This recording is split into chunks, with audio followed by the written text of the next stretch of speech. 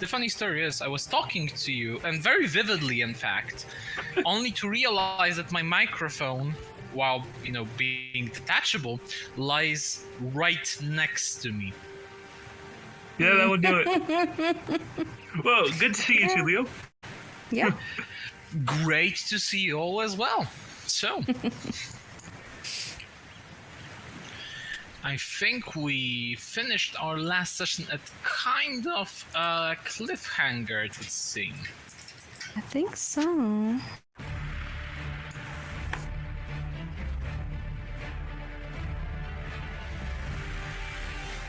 Get my notes here.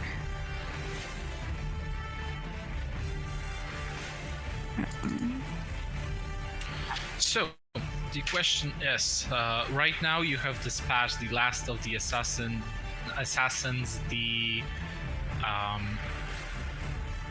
you have heard their boss, Saul Dreadster, say the words that he's going to now take care of the inhabitants of Salvation remotely, as harsh as it sounds. What do you want to do with that part?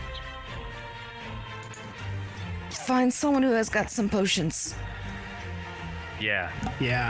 Some healing would be much appreciated. Well, you'll have to hurry. The only place where you'll actually be able to find healing right now, as I said as the last time, would be either the apothecary or the other in Salvation, which is famous for its really potently alcoholic healing brew. How far is the apothecary? We do not get wasted. The apothecary is to the north, about 130, 140 feet from you, in a straight line. Okay, so it's at an angle. That line you're drawing? Yes. Okay. Yes. It's in an angle. As in, I was just showing you the straight line to the place. But if you like to go to the apothecary, you have to. Yeah, Natar is hurting. I have to do something. So, we Natar, you are. still have those arrows. Remember, those are pretty potent. Just stab They're D4, I thought. Yes, but that's D4 plus your wisdom plus your, I think, dexterity modifiers. I can't shoot myself though. You can stab yourself. No, it says I can't, Julio. Oh, it says you can. I'm sorry. It says I'm not allowed to. I'll give you a pass on this one. Here it don't is. worry. 2d4 plus dex and wisdom. Yeah, dex and wisdom. When you hit a creature other than yourself, that creature gains hit points equal to 2d4 plus your dex and wisdom modifiers. You can always just pass. Who am I shooting? Grommen could definitely be shot more than once. Okay, I have Same for 4. No, I have 5 of these. Okay. So, I'm shooting. Ooh, this should be interesting. So I have to make an attack roll. So Grommen. Oh no, it doesn't actually do any damage. You could just roll the. Well, no, I know that. I just want to know who I need Since to. he's allowing you to hit him, he may as well be considered with advantage. You can still try, with advantage to do so, and let's just do the factor of RNG. Leave it as it is right now. Yeah, I just want to make an accurate roll for it. So.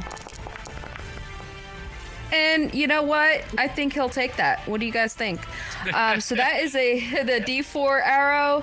It is 2d4 plus dex and wisdom. So my dex 4d4 is plus dex and wisdom based on the crit. You're allowed to get lucky from time to time after all. Dex and wisdom. 4 and 3, so it's 7 plus 5. What is that? 12? So 12. Yeah. From the 12. first shot, at least. From the first shot for Grommen. How are you looking? So I feel better, but I'm still maybe a little bit above 50%. Yeah, he's Okay, on the let me shoot. lower side of barely injured. Yeah. It's just funny. I'm like, let me just shoot. Yeah, Grommen got beat up quite a bit last time. Who's this? So he's Yeah, who's this next to me? Cyrus. Okay, I have to get used to the names. So she's gonna shoot at Cyrus. And this is why I'm making attack rolls, because there was the chance of critting. So advantage. Okay. So it's a regular 2d4 plus 7. And those D4s are not 10. friendly. Yeah. No, they're not. So Cyrus gets 10. And Alright, it's just so- the arrows that are magical. It's not the bow. Yes, it's just the arrows that are magical. So Yeah. So Cyrus can shoot in the tower because you're supposed to use bows. Yeah. Well, he said he'll give me a pass on it, so it's not a big deal. Yes. I think that's. Unless his dex or sticking wisdom is higher blindly than to the mine. rules wouldn't be actually. I have a combined 8 dex wisdom. You have a combined 8. Yeah. Your dex and wisdom? Yeah. Okay, here. All right, let's see. Don't actually hit me, because I'll die.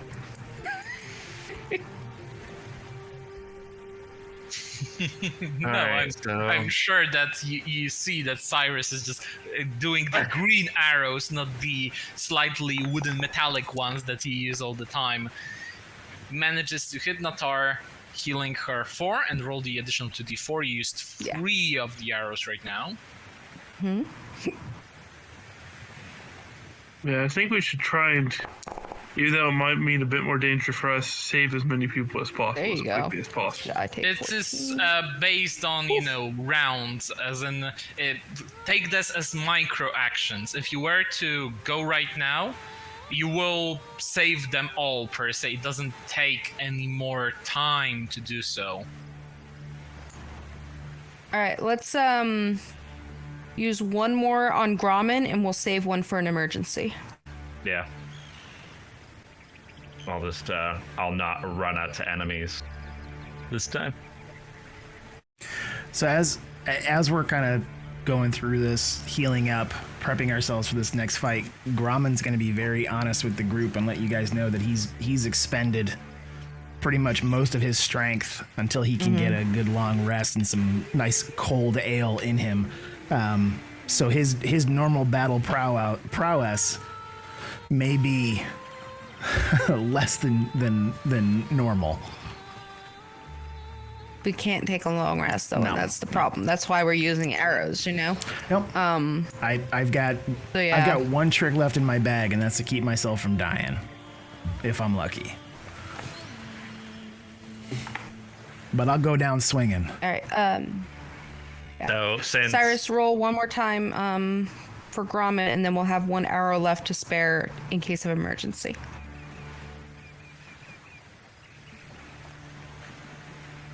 $20.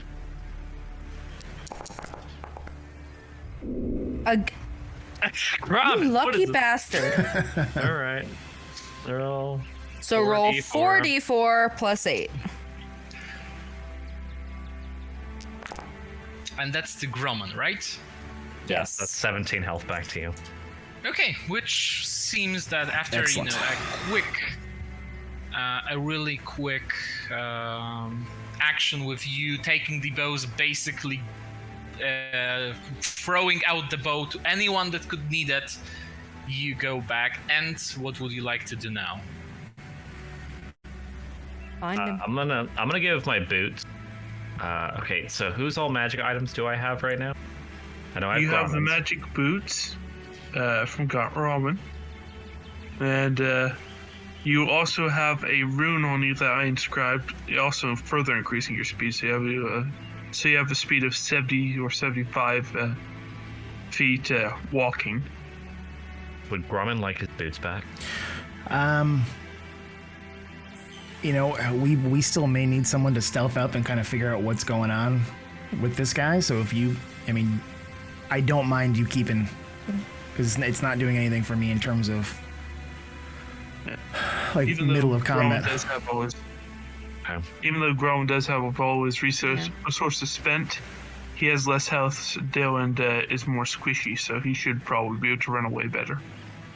But I had a thought, if bodies start falling and like last time I don't reach them in the same time, could that benefit me going over and doing a medicine check on them, being able to reach them in time? It's not a bad idea. Yeah, I mean, I already have 120 movement speed in a single turn anyway. Which is a lot. So I can since I can action dash and bonus action dash. So I think that's probably a smart move, is to give Aid the boots just in case we really need him to get to someone. And remember, you still have a +10 to your normal movement speed for the next hour. So I can move 150 feet in a single turn. Nice. So, what is the plan here? So how much do the boots do? Do the what do? Sorry. The boots? They double your speed. Okay. Do we have any idea where he's at? Well, Or his voice is just kind of... Didn't he have like a line of people he was killing up north near the lightning rail? Yes. Yeah, he was up by the It's train. on the lightning rail station. Currently, the people are lined up. 3 of them are dead, and that's without including Sheriff, who died first. Okay. So maybe I Natar can is go gonna up. swing past. Sorry, I'm gonna ahead. swing past the end of the apothecary, so I'm gonna come in from the west. Because if I could get another potion, I'll be happy. I don't think we should be too greedy. I think we should try and save people first.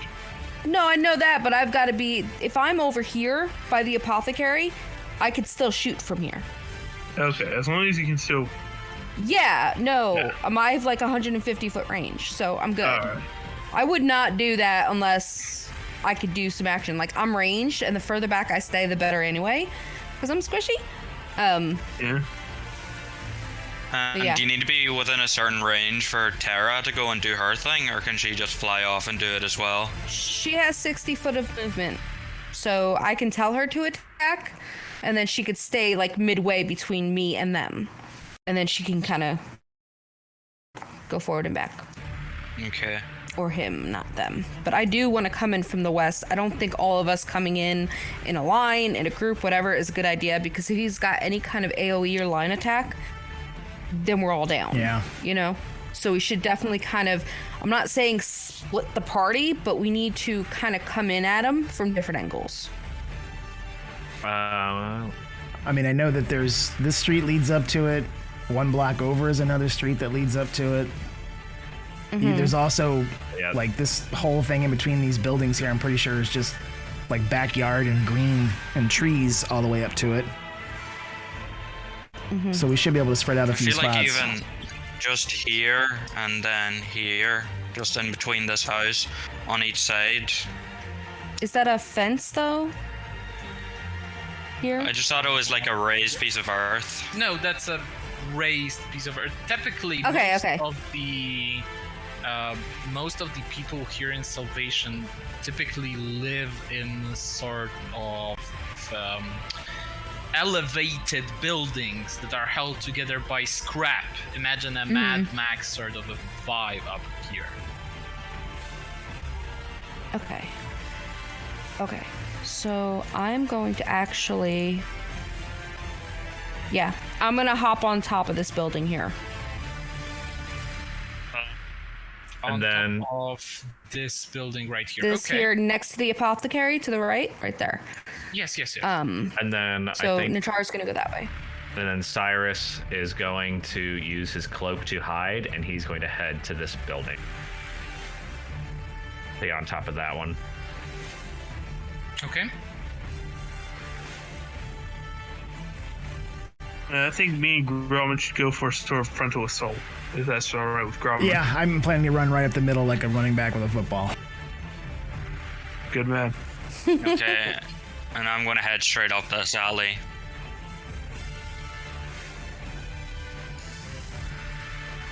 Okay. So everyone seems to be on their places. You could see that Sal Dreadstroke is just walking slowly around the lightning rail with a stopwatch in hand, anxiously waiting for your arrival, playing with his knife, which you can see is, well, really bloodied right now. It would have been cool if we had like planned to have our archers just pepper him with a surprise shot to open it up. Well, yes, but okay, if there's we're no kinda one just to getting engage him in melee combat, Yep. he'll start killing Yeah. the hostages that he has. So it's not that plain to see the absolute best outcome over here. Right. All right. Larkin, you ready to Leroy Jenkins this? Yep. Once they charge, Cyrus will have a shot ready to go. Okay, sure. Same. So, Aid is currently over here. So, Larkin and Grumman will slowly just get out of the brushes, going together at Sal Dreadstroke, who quickly catches your attention, and as every good villain would, he starts monologuing. There you are. You have created some trouble. Can I shoot him I gotta now? be honest. Sorry? Can I shoot him now? Sure, if you want to interrupt him in the middle of what he's saying, and if this is something you could do, I would like you to roll stealth to see if you do it in a surprise round or if he spots you. And the same for Cyrus and anyone else who wants to have a surprise round. Well, obviously Grumman and Larkin are not privileged to do so. I mean, the best time to attack the bad guy is when he's monologuing. I'm just saying. I didn't mean to cut you off, Tulio, because I'm sure it's a brilliant speech, but the best time to attack the bad guy is when he's monologuing. I mean, I do agree with it. I'm not mad or anything. If you want to hear the story, you'll want to hear the story. But I know that I personally love Guardians of the Galaxy, especially the scene where he just rams a bad guy with a spaceship. So I'm totally into that. So she is not in the street, she's on the roof, so this is just obviously for my vision. So yeah, stealth. It's not night, but I need stealth if he sees you in the corner of his eye up in the roof. Do I get advantage with my cloak? Yes, you do get advantage with your cloak. I need a fancy cloak. Oh boy, here we go.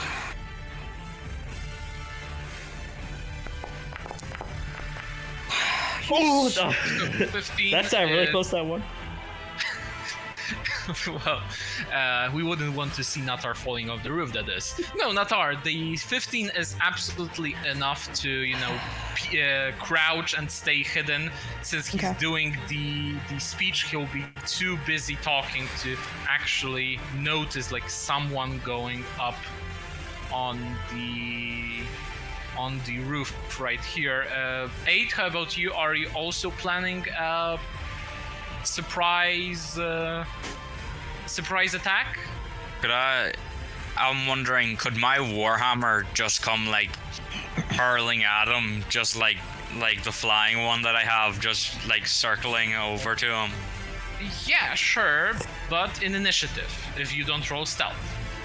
Okay, I'll try. Though I do have disadvantage and as +0 to my dexterity. Maybe you'll roll 220. Oh, my game's bugging out a bit. Oh, there. Yes, I had the little crunch. Well, it rolled twice on him, so the first one's 15. Oh no, that's not on him.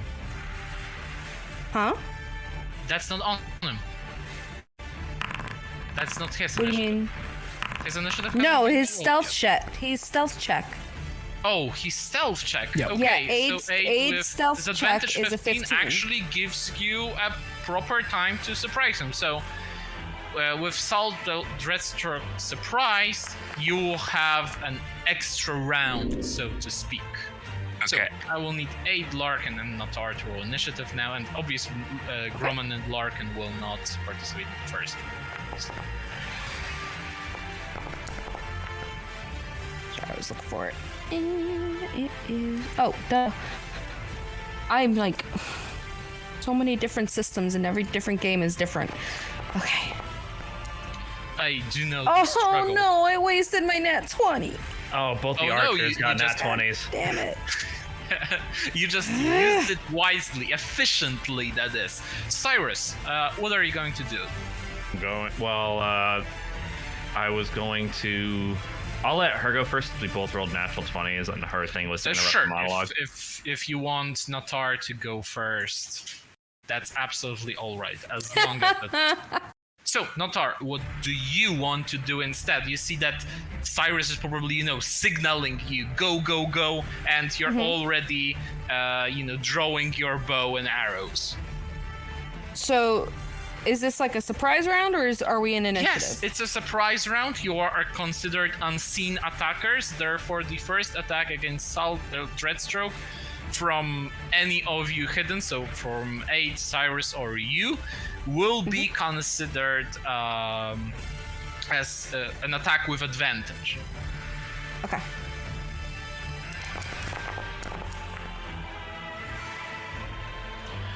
So, Natar grabs her bow, immediately fires an arrow, but you can see that the orc seems to be incredibly resilient. The arrow just scratched him there.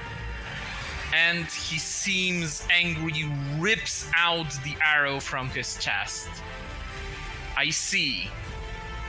But before he's able to, start monologuing further, Cyrus.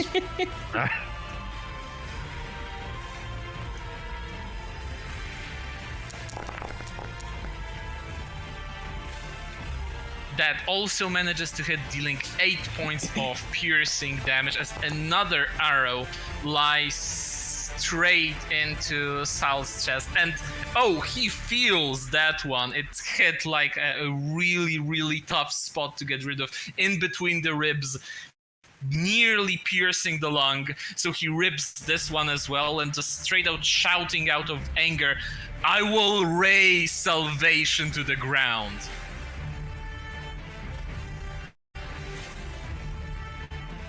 So, Aid, what are you going to do while he's in an avid rage of sorts? So, can I run up and make a melee attack, or is it only ranged attacks? If you run up, you will not be...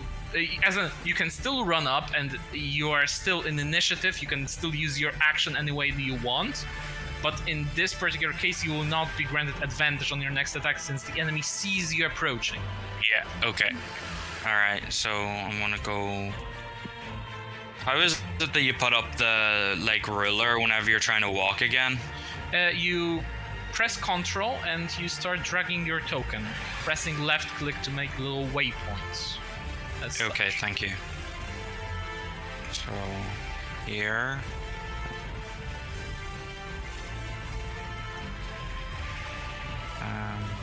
that's 10 feet. So... Alright, I'm gonna go up here. And... Alright, he's there, so...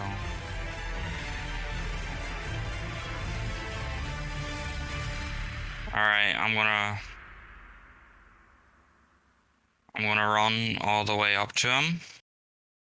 Right you beside either him. have to use the stairs or double movement to climb the Okay.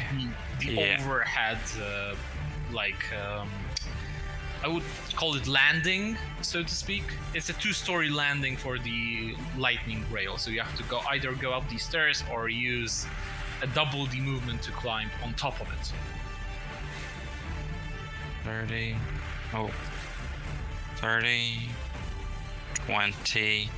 So I'll move there. Then I'm gonna dash. There.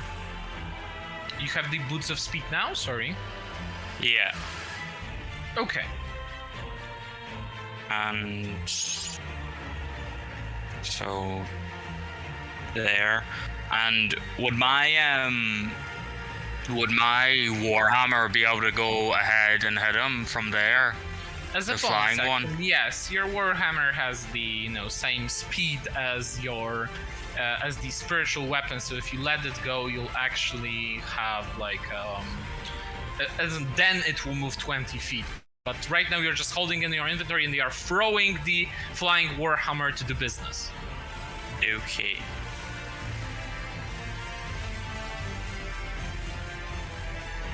Sorry, I'm super rusty. You're It's good. all right. Here we go, and it's just roll. But with sheer confidence, Sal Dreadstroke just grabs your Warhammer flying into the air and stops it with his own palm.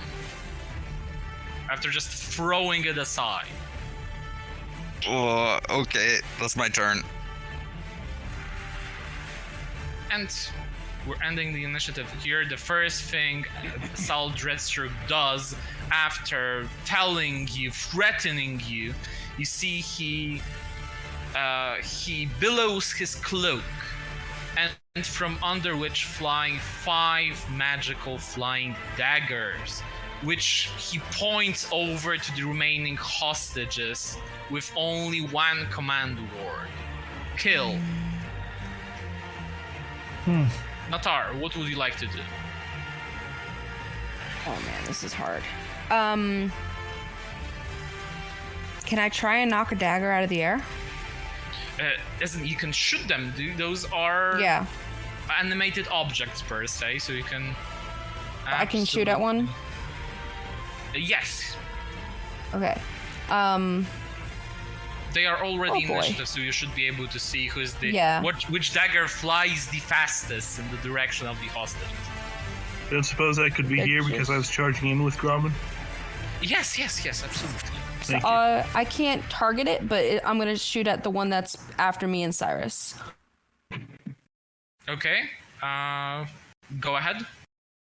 Okay, normal. Come on. Unfortunately, the attack. Oh, I still misses have the him dagger. targeted. And then I can bonus action command Tara, but she's not gonna make. Well, no, because she's only got 60 foot. Let me see how far I can get her. So 120 is her dash. Damn it. No. I'm gonna move her full movement, but that's it. Cyrus, what are you going to do? I will also take a shot at that dagger. Go forth.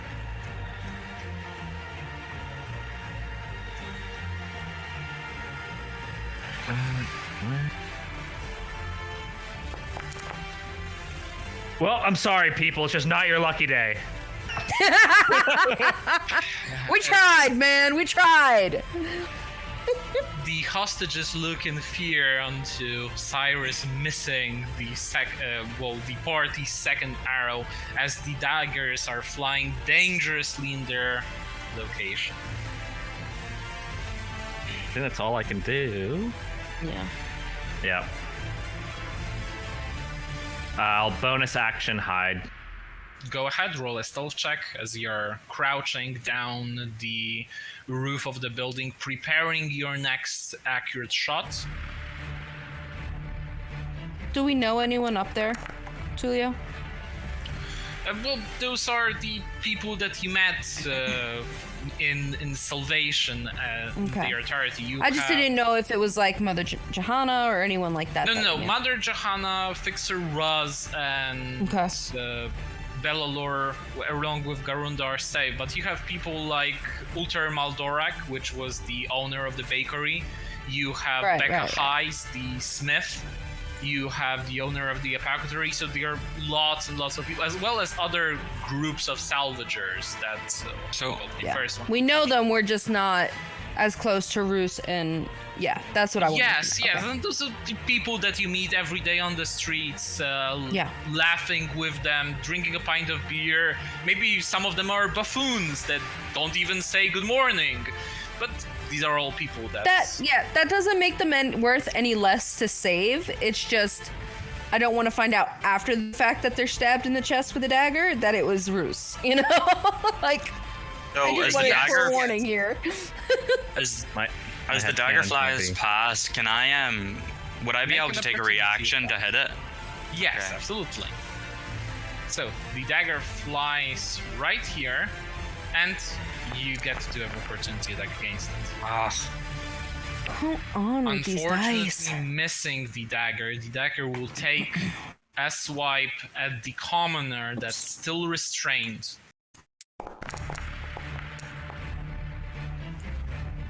Unfortunately, the woman got stabbed right through the chest, falls bloodied on the floor, motionless.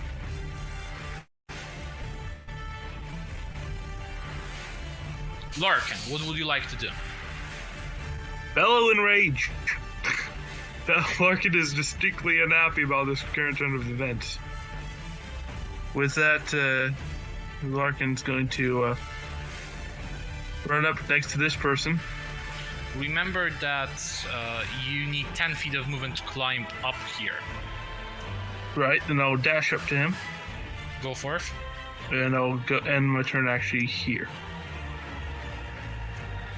Is there any, like, I heard that you're lashing at him. Will you want to, like, shield him from danger? That's the plan, yeah. Okay. But that's going to be it for Larkin.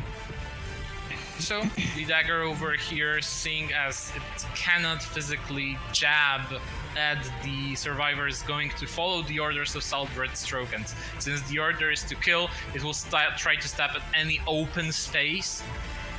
Well, with that jabbing directly into Larkin, that is.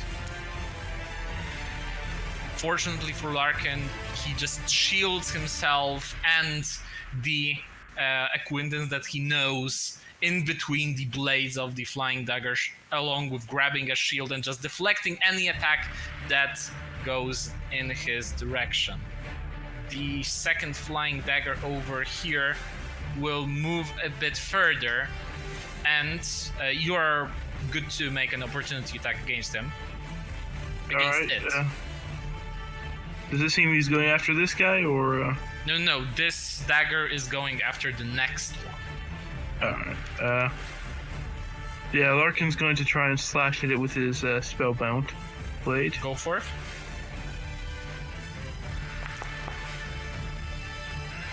And Larkin does manage to do so, seemingly piercing the dagger as it flies past, killing it there, and just a piece of garbage remains on the floor, therefore.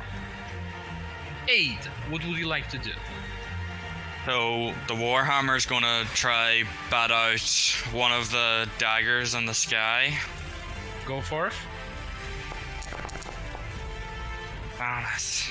Unfortunately missing badly, as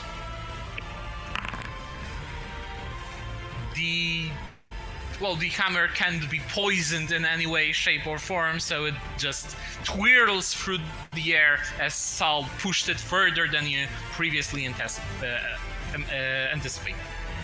Okay, and I'm gonna go forward and try hit this one with my arm blade. Go for it.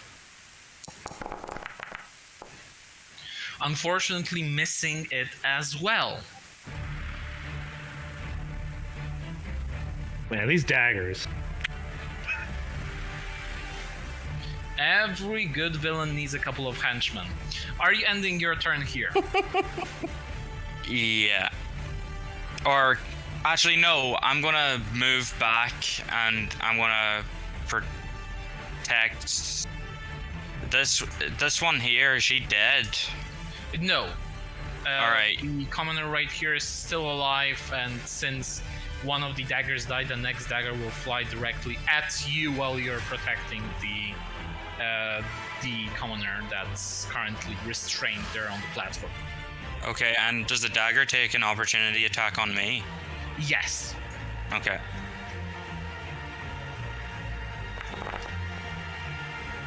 But as you try to move past, you just use your shield to fall back. The dagger bounces off. I without have a doing question. much Could harm. I let it hit me? Yes, you could let it hit you, but to what point? I want to use my Wrath of the Storm. Yes, you're allowed to get hit by an attack. So you take 5 points of piercing damage, and There we go. that's a dexterity saving throw. Roll damage for it. Ah!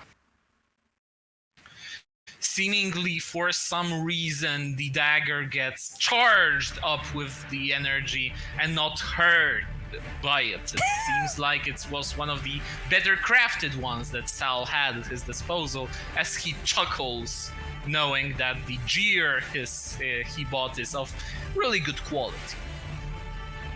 Okay, that's my turn. Is it no damage on a save or half damage on a save with that? Technically, it's half damage, so you can still roll the 2d8. It will be half of the half, because Yep, normally correct. when you pass, you take half damage, so it will be a quarter of the entire damage. Therefore, it's actually really, really good. So it will be 3 points of damage. So kind of crackling the dagger in one spot.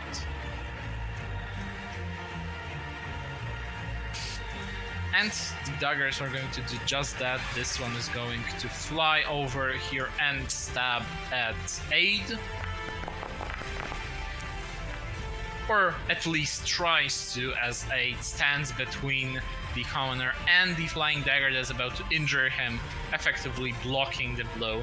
But the fifth flying dagger is going to fly directly up here. They have 50 feet of flying movement, so it's not any flanking of sorts. Larkin, you already used your reaction, therefore I'm not giving you the chance here. And Yeah. Aid, you see that the man near you is going to get stabbed through. Fortunately, the wound is not lethal. He just took a bigger scratch. Grumman.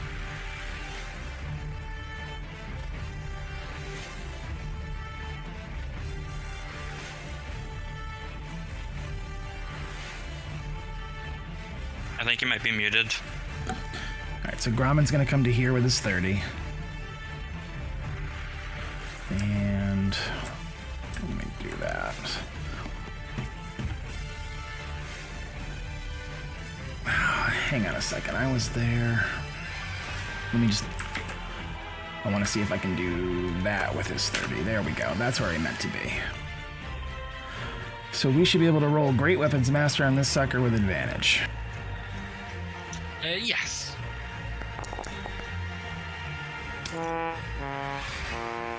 The attack manages to hit as Grumman slices the dagger in half. Therefore, it's no longer able to do anyone any damage. And that's gonna be my turn.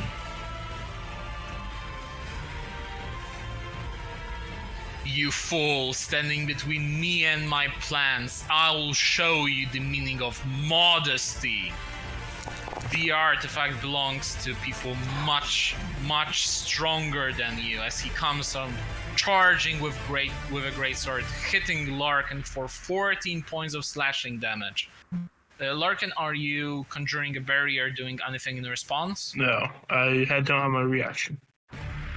After stabbing you with the greatsword, is going to pull up your arm and try to pierce the metal, managing to just rip out a bigger chunk of your flesh out as the blood drips from his teeth. He's really a monster, it would seem. Natar. Would the spiritual weapon get an attack of opportunity as Sal goes by? Spiritual that weapon doesn't does get- not get that. No. But this special version where it's enchanted and stuff? Attacks of opportunity are done as you already used your reaction to do the lightning wrath of the storm. Okay, yeah. Yeah. Yeah. therefore it would be already used, even if we given it the property of making opportunity attacks.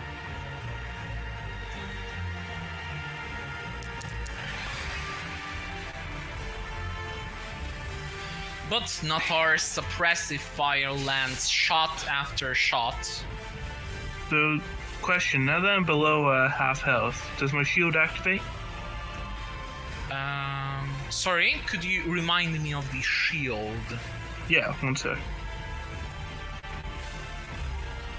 Yes, you can cast Cure Wounds up to 2 times while we are right here.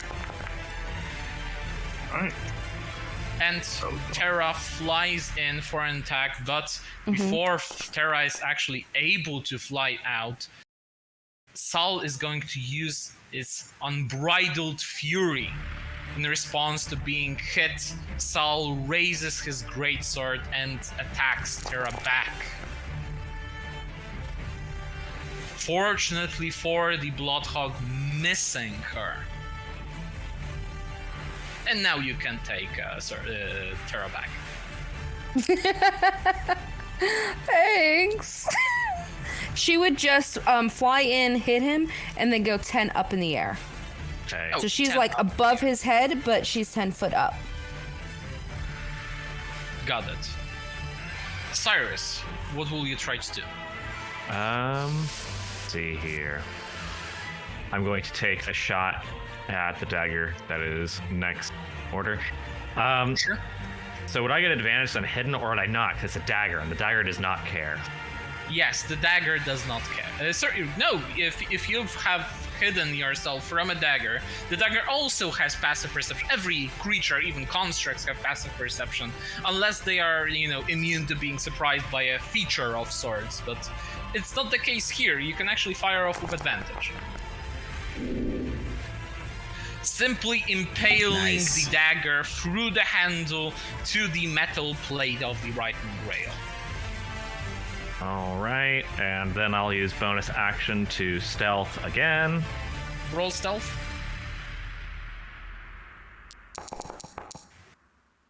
Ooh.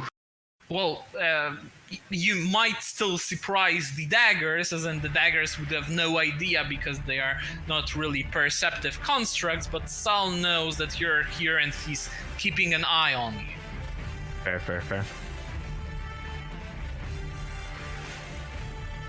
Larkin, what would you like to do? Larkin is going to, I guess, stab at Saul first. So, it's going to be Spellbound Rapier. And is that... Would that be advantage, or is the hawk too far away? No. The hawk is up above. It doesn't participate in melee attacks. If the Terra will be on the other side, then yes, but Terra is like 10 feet up in the air, so... Yeah. Okay. That thing.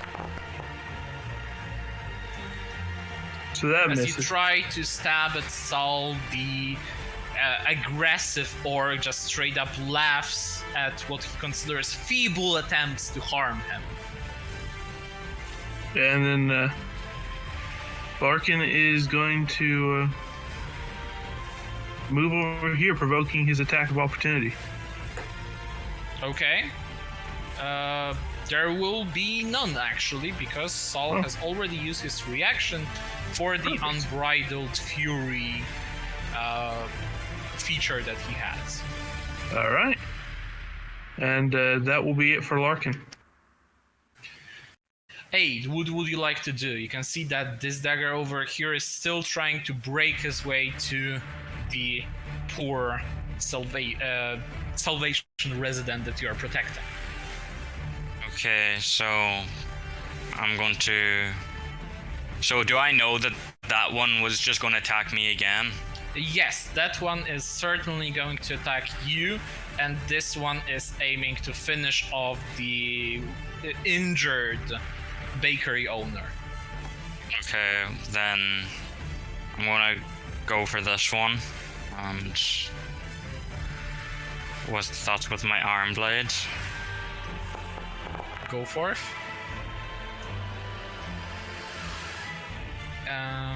I see the... Okay, 24 and 7 points of slashing damage with your arm blade. You managed to dispatch of the dagger before it was going to be able to hit the commoner again.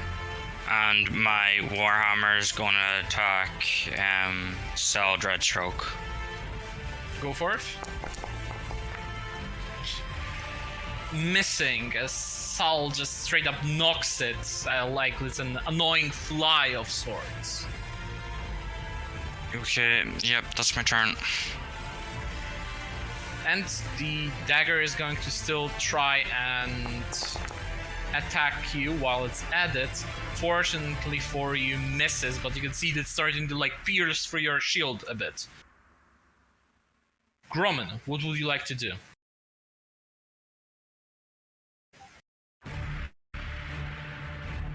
Grumman is gonna move up. I forget, have we used spiritual weapons to allow for flanking? We did not. The spiritual weapon does not count as an ally for flanking, as well as, for example, an Echo Knight. Also, his projection doesn't count as an ally for flanking. Alright, well, Grumman is going to growl as he jumps forward, and he's going to reckless attack. Great Weapons Master with advantage. Normally, actually, because of the fact that Terra is 10 feet up high, but it would still hit, dealing 16 points of slashing damage. Oh, sorry, recklessly attack. You're right. I'm sorry. No, it's okay. Yes. This will deal 16 points of slashing damage as you manage to hurt Sal. He's up there, just fuming with hatred towards you. Yep. And he's going to show it. As luckily by exposing yourself, you still left like line of defense you could use, but he's going to try to savagely attack you just by grabbing a hold of you with his teeth, dealing 5 points of piercing damage. Just a move you wouldn't expect from a normal combatant. Natar, what would you like to do? Okay. She's gonna keep shooting at him.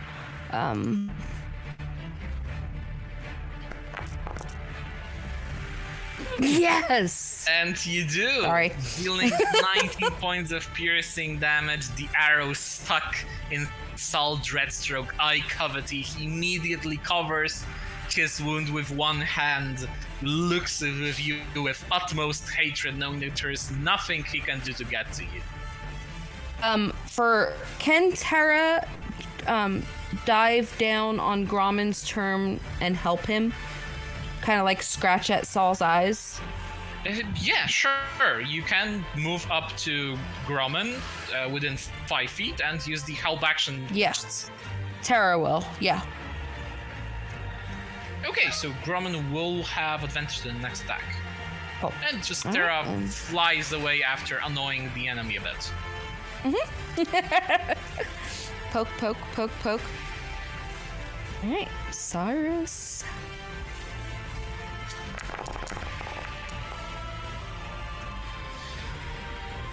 Cyrus takes an accurate shot, killing the last of the flying daggers, but you can see that Sal is almost unfazed by all of this. It seems like he expected it to happen. Oh no. All right, and then I'm gonna use my bonus action to hide again. Oh. Yeah. That should do it. Out of sight, out of mind. Mm-hmm.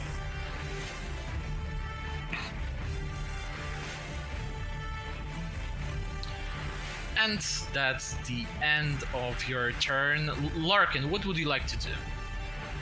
Larkin's going to go around here past the hammer. And he's going to stand underneath the bird as he attacks at Sal with advantage, I believe.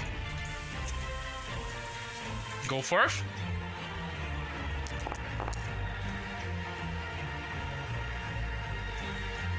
Okay, the attack manages to hit, dealing 8 points of magical piercing as you went in to the fight, trying to make some impact, trying to aid Gromman that's fighting with that monster. He's going to just turn around and use his unbridled fury to make an attack against you, trying to effectively knock you out, but you still have some steam going. It still doesn't phase you. You are holding on tight, knowing that this nightmare that happened to people of Salvation may finally end. Damn right. And also I'm gonna heal. Nice. Who are you healing? Myself. I think you can only heal myself. That's an action. Cure wounds. No, it says the shield cast it, so I believed that it was an automatic response whenever I reached below 50%. No, you can cast it if that's... Can cast it, okay. Yes, doesn't going through the normal applications of what a spell could do. If you had like a wand of magic missiles, you would be able to cast it in an action as well. It doesn't, unless it specifies the bonus action. Alright, in that case, I'll be doing that on my next turn, provided I survive. But, Aid, what would you like to do? I would actually like to move real quick. Okay. To, up here. Alright. That's it for me. Sorry about that. And I'm going to move where Larkin just left. And I'm going to first hit him with my... Well, try to hit him with my Warhammer. The attack manages to hit, dealing 6 points of bludgeoning damage as you crackle his bones. Wouldn't that be advantage with Gromman on the other side? Yes. No. But with the spares... Oh, sorry, the spiritual weapon doesn't get... Oh, okay.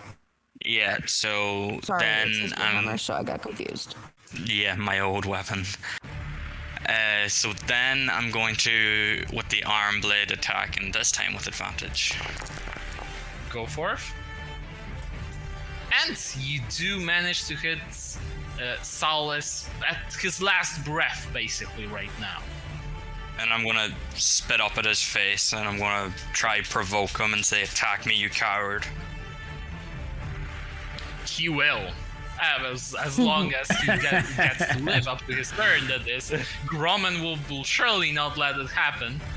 Just an Advantage. assurance. Well, he has advantage anyway, but... So, swinging his great axe for all he's worth. Unfortunately, It's barely not worth that missing. much. With advantage still. Good lord. Dude, yeah, these dice have not like Can Yeah. Tara hit him? Unfortunately not. I know. I was hoping. That unfortunately is going to be Gromman's turn. And 8, as you asked for, Sal is going to swing his greatsword directly at you, Okay, and I'm letting this hit. managing to hit, dealing 12 points of slashing damage. So, Wrath of the Storm, Destructive Wrath. He fails that, so you deal 16 points of thunder damage to him. And as he falls, he laughs, saying, "I will not get killed so easily. You will remember me, whether you want it or not." And suddenly, you hear quiet, really erratic sound gets stronger and stronger, and suddenly you realize it's a dynamite. I will need everyone to roll dexterity saving throws within 10 feet. Not me. Of this. Oh boy. Just straight up dex. Yes, just Saving straight throw, up yeah. dexterity saving throw. Oh. With that, aid. The is tar on the ground. notches the last healing arrow.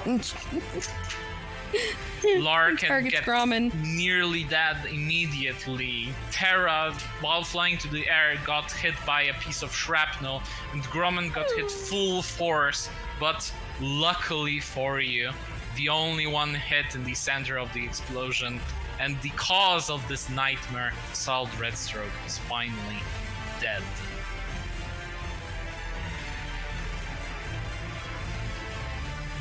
But still, you have people that are injured. Cyrus, what are you going to do? Can I see any immediate danger? No, it would seem that no one else is coming. All right, then I will use my movement and my bonus action. Actually, I'll just use my move. Nope, yeah, I'm gonna have to use my movement and my bonus action to. Okay, please. All right, get here, and I'm gonna do a medicine check on aid. Okay, roll medicine. Wait. Medicine.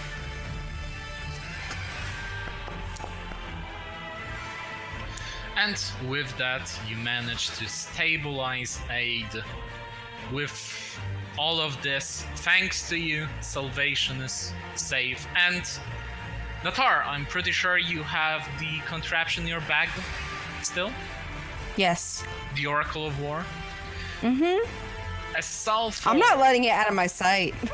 as all of this is over, suddenly you see the Oracle of War emits a puff of blue steam, after which it proclaims Third Protocol resolved, resuming normal function. And congratulations for reaching level 5. Woo. They grew up so fast. Oh my god, my heart is beating so fast. Growing up? I feel like that plan went a lot better than our previous. Yes, we didn't get ambushed immediately. Yeah. So we are actually going to start our adventure with something a bit different. We'll be going a bit back in time as different characters that you'll be able to choose while you're playing as. What was that? Sorry, my child is asking me a question.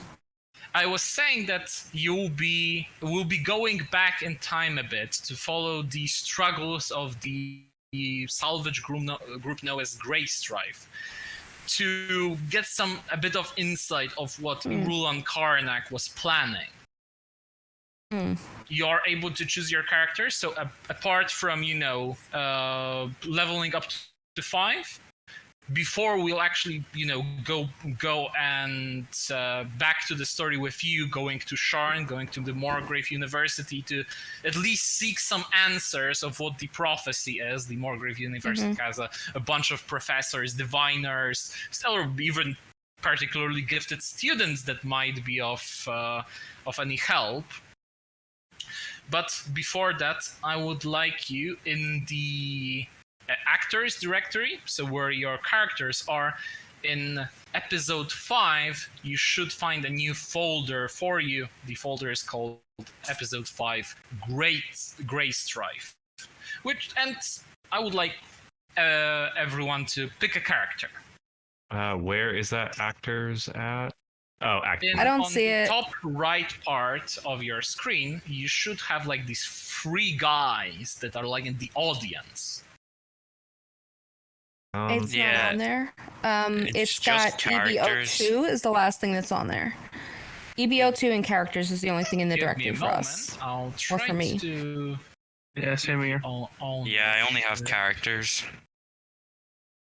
Here you go. How about now? There we Yeah. go.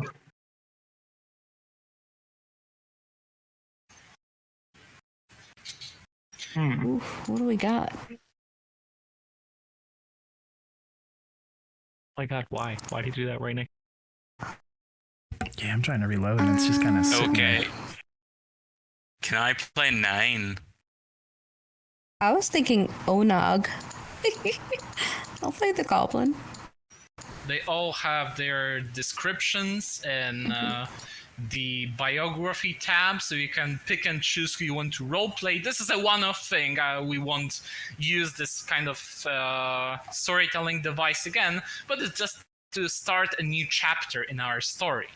And before I'll let you go, this will be a really larger break.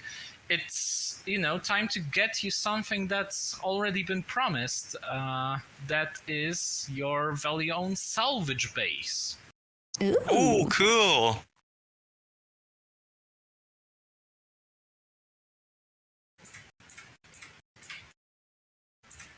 After you go ahead. I say I've refreshed and I'm still not seeing the other characters.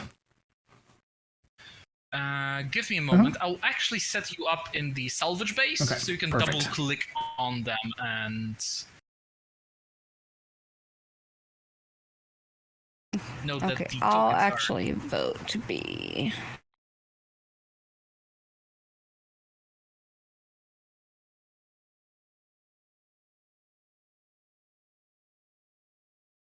I'll give you access to it, and yeah, welcome to your new home. A quick question for you. I'm looking at Yes? Lyrax's character sheet, Yes. and it says in his multi-attack feature, Yes. Boram makes 3 attacks with his scimitar. Sorry, that was meant to be Lyrax. My bad. Oh, okay. I'll just change that real quick if that's okay. Sure. Absolutely. And, we are after a long rest. You'll actually have some time to rest now, since all of that stuff is over. And you can pick and choose your rooms or whatever you want. Belalor and Gorunda are already there for you, serving drinks. Aid's immediately going to dash to the biggest room down here. All right, and then I think I'm gonna play Oba. Is there any kind of study or library in here? Anywhere with bookshelf? Not yet. Right now, you have access to the basic things, but if you were to go and interact with Belalor by double-clicking on her, you'll actually see that there's a lot of things to buy, at least from the first level. She is a sort of a salesman NPC right now. You're able to buy things for gold pieces that expand on your base, whether it's ballistas, chapels, guard rooms, libraries, potion laboratories. That's all here for you to, spend the coin to be better prepared for any combat you might encounter. I'm So not how do able you- to double click her. Yeah, same for me. Give me a moment. I might be able to give you ownership of that. Friendly. How about now?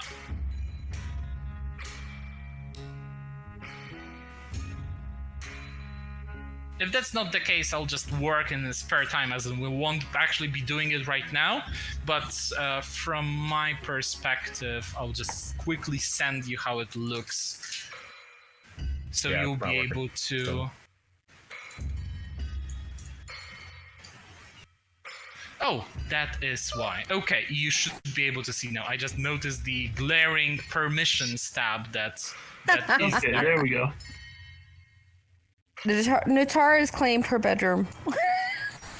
And I'll be sending you the additional resource that I cut, to not show you the additional adventures that come with it, for you to, read about the whole thing, how it functions. But I replaced Salvage, which is the official resource of the salvage basis, with just gold, because I found it more convenient to use.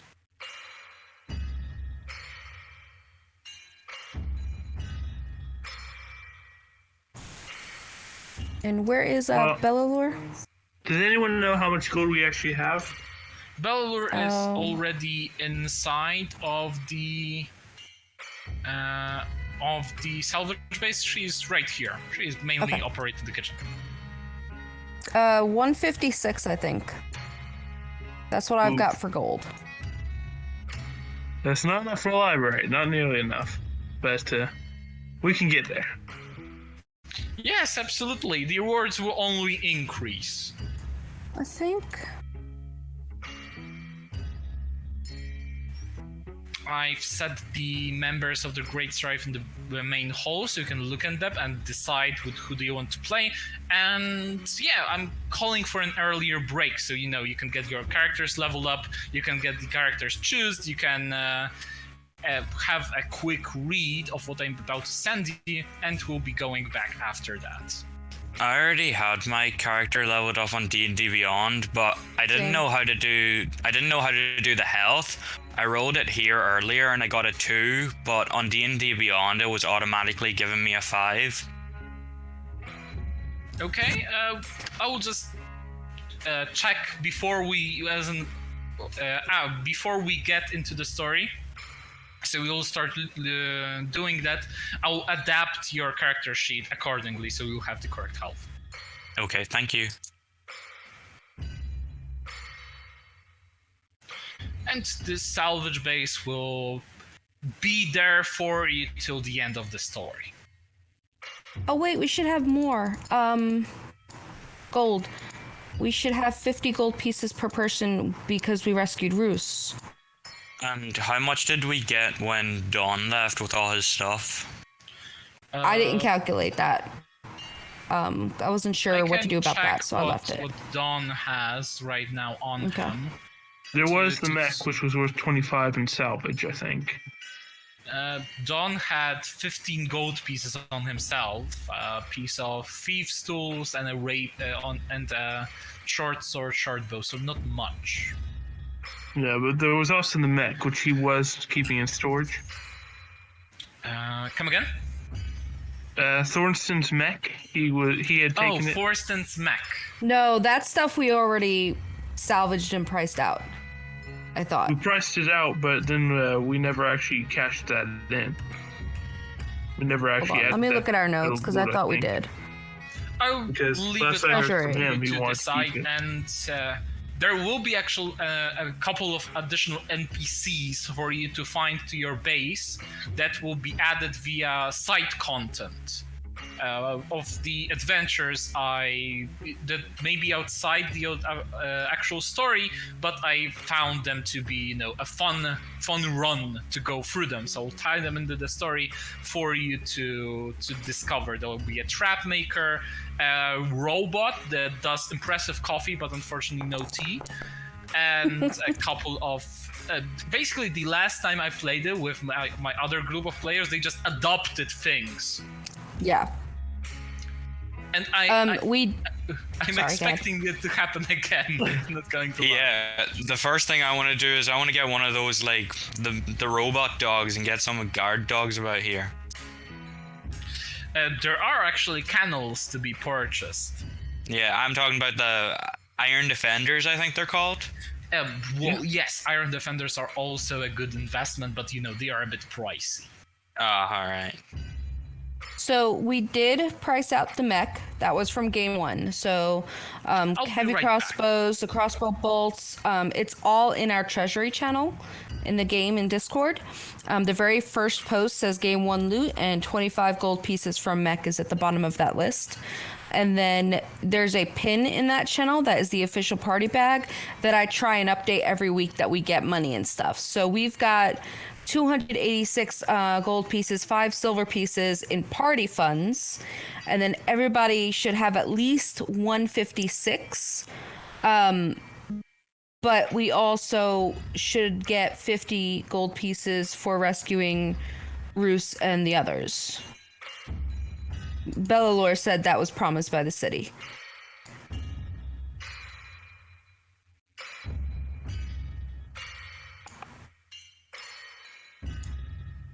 Okay. Bueller. How do you vote? How do you vote to be someone? I'm sorry? Just type it on.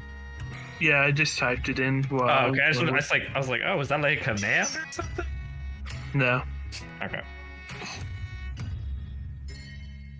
So yeah, I was waiting for Tulio's confirmation on that, but that's what I have in my notes, and I know we didn't add it yet. So I'm gonna add that. I'm gonna make a note in our treasury channel.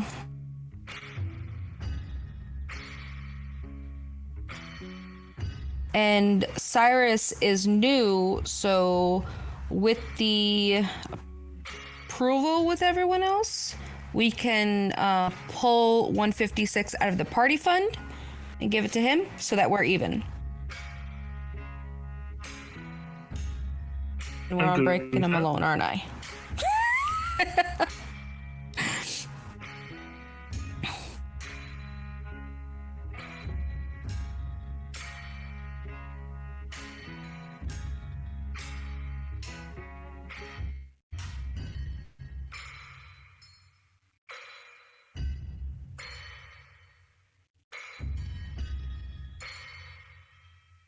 Oh, yay. Efficiency goes up.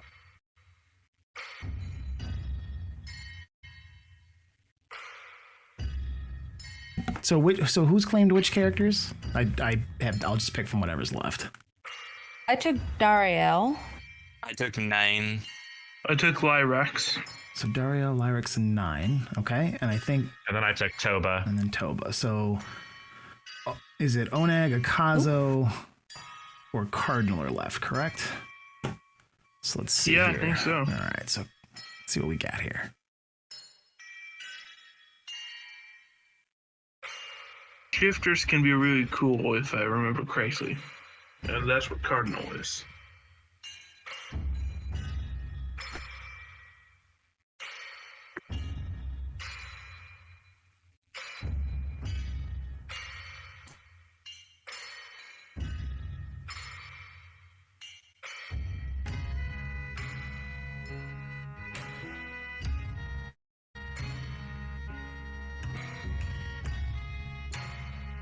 So does Bellalore have stuff we can buy or stuff we have? I think it's stuff we can buy. Stuff we can How buy. do you access that? You can either I double see click it. Bellalore or in EB4. In the character tab, there's NPC, and then there's Bellalore. And just if you like, so it's loot sheet NPC, I think is what he's using as the mod. On the right hand side, you'll see it's got like coins and a dollar sign and things. If you click on that and actually have the gold in your character, it's gonna switch it. It'll give you the item Take the money out. and remove the money from your character. So don't click on that stuff unless it's something you absolutely want. Yeah, it's not popping up for me when I'm double clicking it. Is there a way to add gold into this, or just keep track of it on D&D Beyond? No, you can add here too. So if you go at the top of your sheet, you'll see attributes, inventory, features, and all that. Under inventory, it should be right under there. You'll see currency, and on the right side, you can just manually highlight that and put in the right number. Okay. And then if you go to update your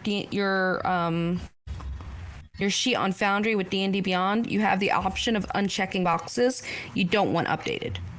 So I won't check on gold because I don't want it to reset my gold to what's the original on D&D Beyond. Okay. So we do have enough to afford a servant. Anyone interested in that? I mean, Bellalore's in the kitchen right now. I think that we don't need a whole lot. Alright. You know I feel what I like mean? maybe we should adapt as the needs arise. Exactly. Did you guys hear me mention about pulling money out of the party funds to give to Cyrus Yes. so that we're kind of level? Yeah, so that we're all on an equal playing field. What do you guys think of that? I think Yeah, it's fine. I think we all have like 150 to 200, is it?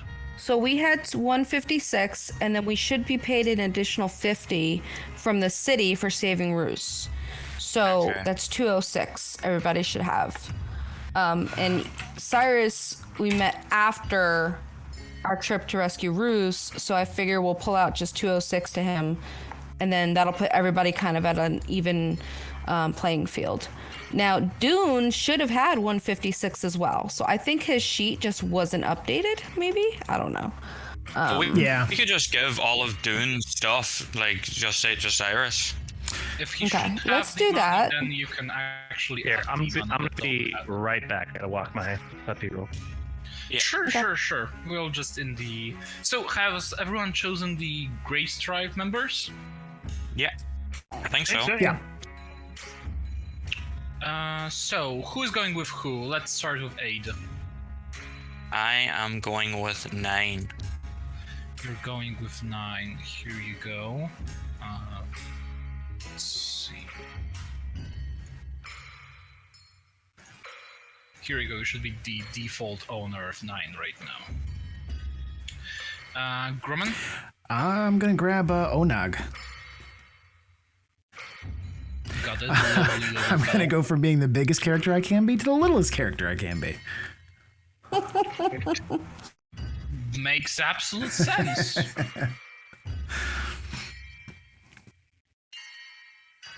Here we go. Boris? I was going with Lyrax.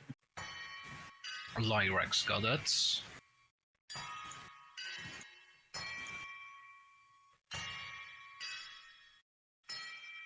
Here we go. And Natar? Dario. Dario, got it.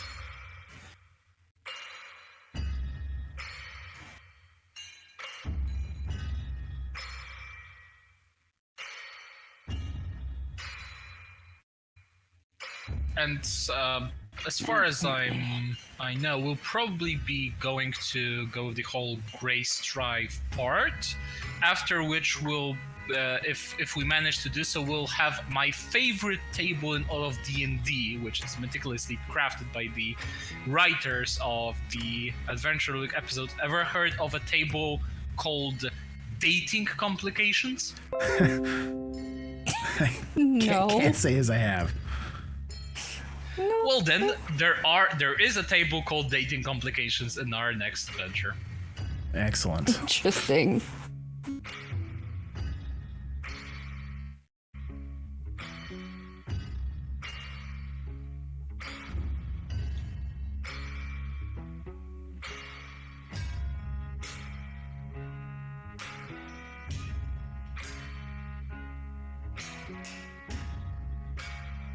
I'm sorry, how much gold did you all say I need to add?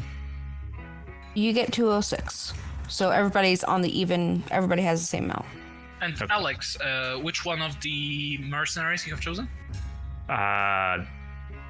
What's it? Something? Toba. Toba, got it. And then Tulio, do you keep track of arrows or do you not care?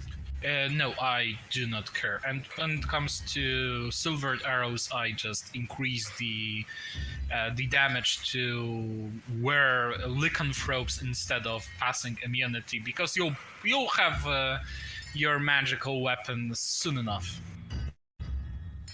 so it wouldn't matter in another case. So, can I add a separate downtime to Natar's sheet? So I've got two things. I know I'm not going to earn both at the same time, but say like 1 week she works on one thing and week she works on the other, because I have the idea to multi-class to rogue because I want that sneak damage. And it's I was pretty hoping sweet. that Okay, maybe Cyrus could like help teach Natar that. So, as for every end of a piece of the story that will be going, it's basically segmented into different sections of it. You have completed the first one, and we will be moving to Sharn to get our set of adventures in the Flying City. Well, as in the City of Towers, where there is a Flying City part, but it's not called the Flying City. And you'll be given 2 weeks. If Cyrus, chooses to work with you, I think it's more for flavor because once if she hits it's level for flavor, 6, you don't actually have to Yeah. waste any of the wounds. yeah, I'm so like to speak. thinking about it. Yeah, because I think I am gonna multi-class into rogue for 1 level at level 6. So yeah, it would be more flavor-wise. Because I just want to get that 1 level to get that sneak attack damage. So what is downtime? Downtime is when your characters are right now your characters will be engaged in moving out to the salvage base, which is really close to salvation, so you are still able to do your own thing. When you go with downtime, you can go and start gambling, maybe gain some money throughout. You can start selling the spare magic items that you have, or buying new ones, which will include the whole process of waiting for a buyer, taking the word out that there is an items to sell, so many different people will get interest in it and give you prices, or you will give them prices for the ticket for the item that you are going to sell. You can meditate, you can learn new languages, tool skills, or I think that's it. Languages, tool skills. You can learn actual skill proficiencies per se. It's for you to do stuff you cannot do while adventuring, basically. Okay. So could you potentially learn how to become proficient in a weapon in your downtime? Yeah, absolutely. But remember that downtime takes a lot of time when it comes to it. As in, we have 2 weeks right now. Let's actually give it a free. Let's give you more leisure to doing that. And when it comes to, you said, learning a new skill, that is considered training. You'll want to train and be proficient in a weapon. What's your intelligence modifier? I believe it is 0. And what I was going to say, since Tardy said it earlier, is Natara could teach me how to use a longbow while I'm teaching her how to do roguish things. Well, if Natar wants to, what Natar wants to do that, she wants to help you both train you, and you'll train her back as with the all the rogue stuff, effectively doubling your training speed. But still, receiving training in language or tool or a weapon, as we established right now, takes at least 10 work weeks. So you'll be up at 6. So you'll still have some way to go. Yeah.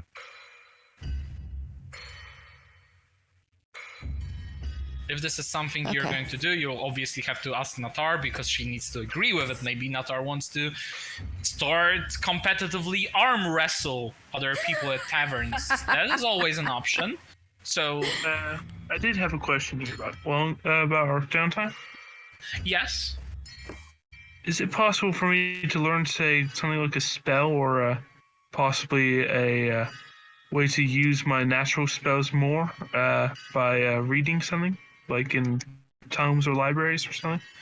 Unfortunately, that won't actually be the case. You could scribe spell scrolls for you to, have a backup of spells that you could use. It takes a couple of days to, for example, to copy a first level spell, you need 25 gold pieces in 1 day, which will effectively net you with as many spell scrolls and therefore as many additional spell slots as you'd like. But you'll have to pay for them, since you have to pay for power here in these parts of Eberron. And could I use my calligrapher supplies for the writing of the spell scrolls? Yes, absolutely. Technically, it's the. Are you proficient in Arcana? Yes, I you am. are. So you are able to scribe spells. Well, I believe I would like to do that if someone's willing to lend me 10 gold to start scribing. Gromman will certainly loan it to you. All right. And Larkin would start writing some spell scrolls of shield Okay, shield is a first level spell, so for each one you'll need 1 day and 25 gold pieces. So Boris, let's start with you with the downtime. So first of all, you're trying to scribe a couple of shield spell scrolls. How many will you like to do? Well, I think I currently only have the gold for one, but then I'd like to sell and make more, so... Okay, so you'll scribe a spell scroll of shield for 25 gold pieces. Then if you'd like to sell it, it's let's see, you could sell it for a profit for basically your charisma modifier each time you're trying to sell it, and selling it would take 1 day. My charisma modifier when interacting with humans is +5. Okay, so a check of total is to 1 to 10 will leave you with, the basic costs of the scroll, meaning that you'll just sell it for 25 gold pieces. 11 on 20 will net you 50 gold pieces, and 21 plus will net you a 150% of base price. Therefore, 75 gold pieces. Go ahead. All right. So first, I'm rolling Arcana, or am I rolling the Persuasion? So you are, let's see, scribing a spell scroll. So yeah, let's first roll Arcana. You'll need 11 or more to scribe a spell scroll correctly. You do manage to do so without any further effects from it. So now that's the next day, you went over to the salvage market, you're looking for a buyer. Go ahead. Alright, so they're humanoid. Persuasion. Well, they are humanoid, and they are offering you 25 gold pieces for this fine scroll. And I can spend that's another their day by offer looking. for a week. Oh. Damn. I was hoping to look around for another buyer for the cost of a day.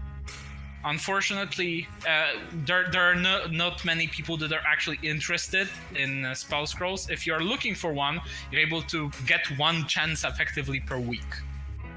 Alright.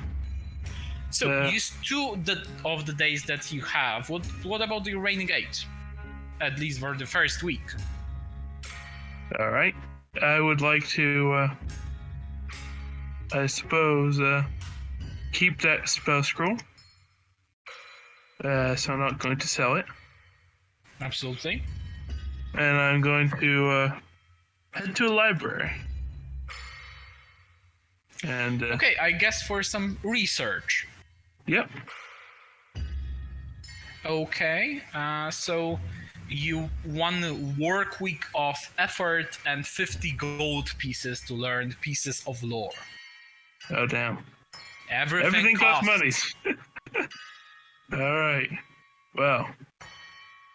You could work. What jobs are there? Oh, most of them are available, as in we're talking about Salvation, and soon it will be Sharn.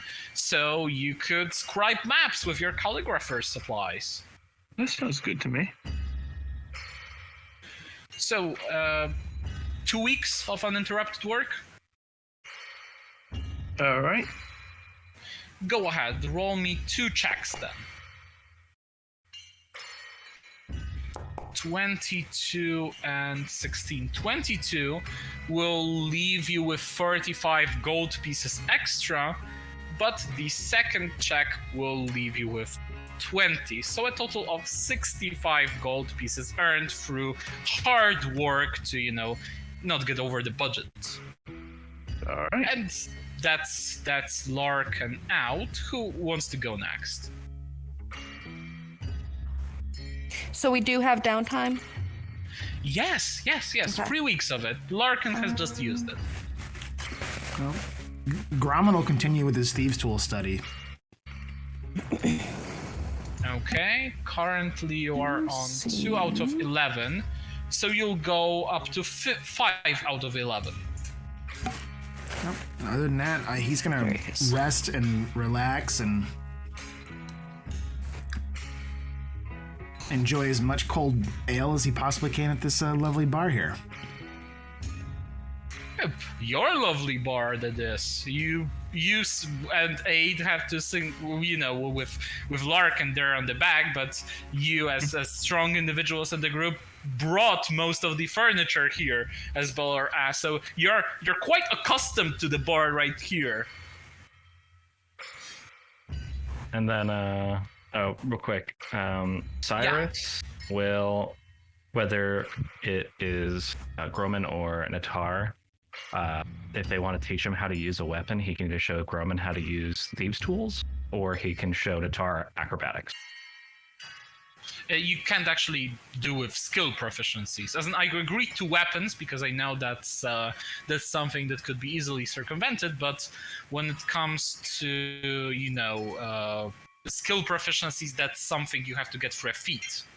Mm-hmm. Oh, okay. Sorry, I misunderstood you. I thought you said skill earlier. What else you got there, Cyrus? What you got?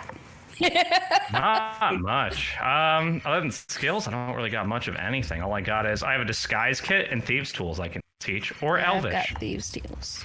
Tilia? Yes. Just making sure, it seems pretty obvious, but we're taking a long rest, right? Yes, you all have long rest, but I'm not, quite out there yet. Have you all leveled up your characters so I can start importing them? I've already Yes. imported Natar. Clara, Sorry, good. habit from another game where we do it ourselves. So Grauman's all set as well. He just needs to be imported. Got it.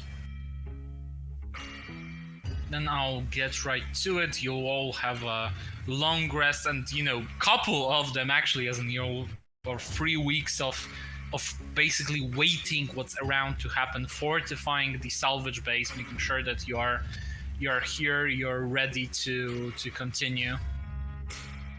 Natar will. What did we do last time? Did we do 2 weeks last time too, or we did 2 weeks last time? We did 2 weeks last time, but that's because it was before, as in it was like after the first chapter, I think. So I've given you 2 weeks, and now we are after the whole sets of chapters. You are given 3 weeks, and seeing as the next part of adventure isn't as battle heavy, as no one is invading Salvation right here. You'll have uninterrupted spare time. She would spend the time training with Bellalor with her Tinker's tools.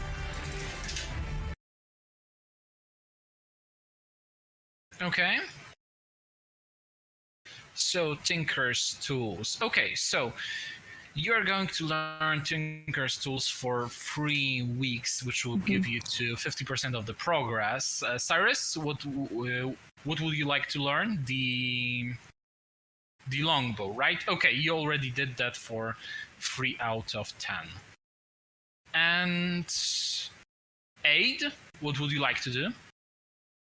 Okay, so I was wondering, how long would it take for Aid to make a pool out in the back? It depends. Do you have mold earth? Let me check.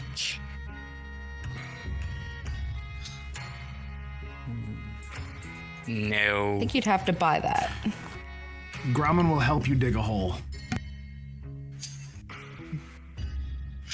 Yes, I can add a pool for like 200 gold pieces for you to earn for it if you'd like.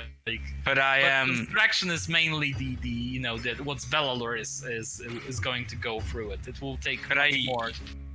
Could I use my spiritual weapon and change it into a shovel? Well, bear in mind that your spiritual weapon only lasts for a minute.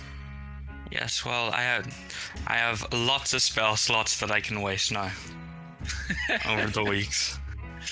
Well, okay, so you want the pool so badly, who am I to say no? There's a nice spot over here. that you could actually go for. We can, add a couple of places to go for. As in the sun is not the best because you're in bordering the Mournlands, but in time you could turn it into a really fun pool. So that's what's your entire job for the 3 weeks. Is it all right? I would like to just spend 1 week doing that, and then maybe I'll come back to it some other time, and then let's see. I like the idea that he just tears a giant hole in the ground. That'll be a pool eventually. Just leave it for now. Yeah, it's a very. Well, it'll get there. It'll get there. He changes with the wind. He's just it's a start. So now he's going to go and let's see. He's gonna probably drag Grommen to the tavern and take him away from his tinkering tools and say, come on, let's just get a drink. It's boring in here all out by our lonesome. And he's probably going to get roaring drunk one night, and he's going to buy an animal, just a random animal that he finds off somebody, and he's going to take it to the house. Random animal. Okay. Mm-hmm. And Natara will be like jaw open and just really? You got a bird. 100 pets. If you rose a D100, I could provide one. My bird is a primal companion, not just a random animal I bought. I want a pet. Just saying.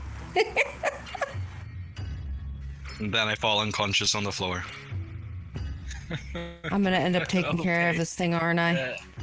Give me a moment. You'll actually roll for it. Okay. If you rose a D100, I do actually have a pet and a familiar book.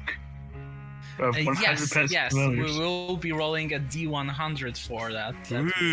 The these spells, the urban environment. Could you roll a D100? Let's see what you bought. What you bought. It can be anything, basically. 33. 33, as Aid stumbles drunkenly back to the base with a squirrel on his shoulder. You are not sure if he's aware of the squirrel existence or not. It's kind of nestled up in my horn, just holding onto it with his 2 hands and 2 legs, kind of looking everywhere, frightened, like he's never been indoors before. Here we go. What are you naming it? I didn't think about this. Let's see.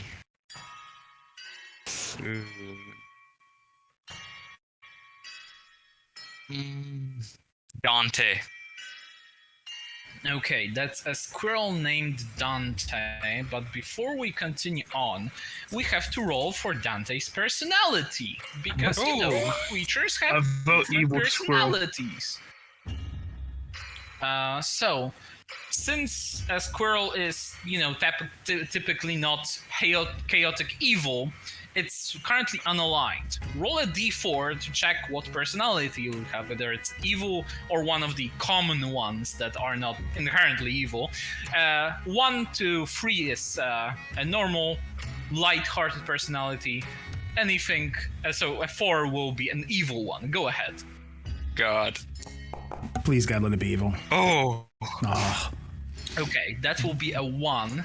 So the squirrel appears nice at first, only for you to realize, roll a d20. Okay. Oh, whoops, that's wrong dice.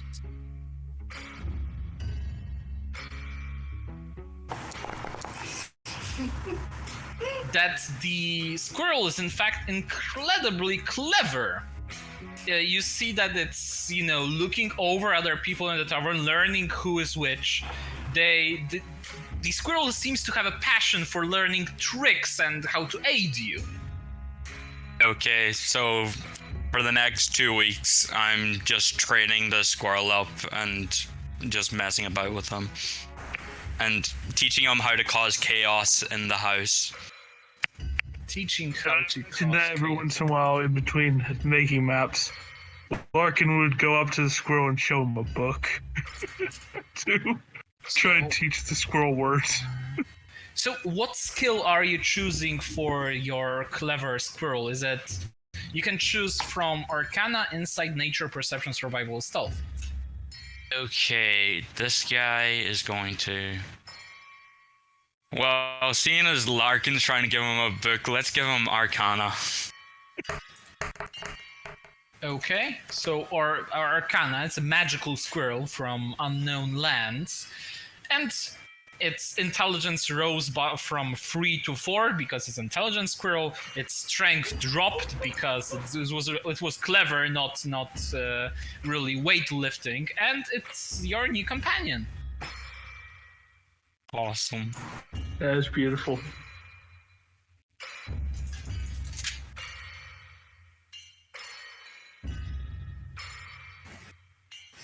Give me a moment. I'll just set your new lovely companion out so the token matches it, and we can continue. You are able to do all the different stuff with your companion. I'll be able to fetch you the rules of it in the journal tab if you want to, proceed through it. It's a nice little thing that you could go for. Let me just give you permissions over that.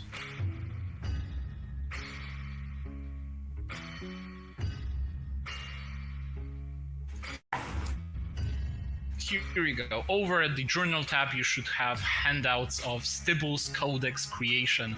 It's something you could, check how to raise bond strength, some boons, and all of the different stuff that will be used for companions from that point now on, seeing as Aid actively purchased one.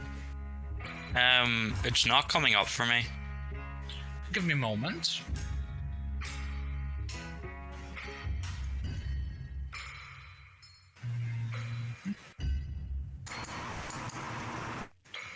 Are you sure you're on the handout tab, the open book? Yeah, it's here now. Yeah, here you go. You can read about all the different creatures that you have found, how to form a bond between them, and so on. Right now, Dante is bought, and since it's your first one, I'll give you a pass because it was bought already. You don't need to form a bond and start to tame it because it's already tamed. Okay then. With that little introduction, let us continue. And you will descend the ruined temple as the members of Great Strife.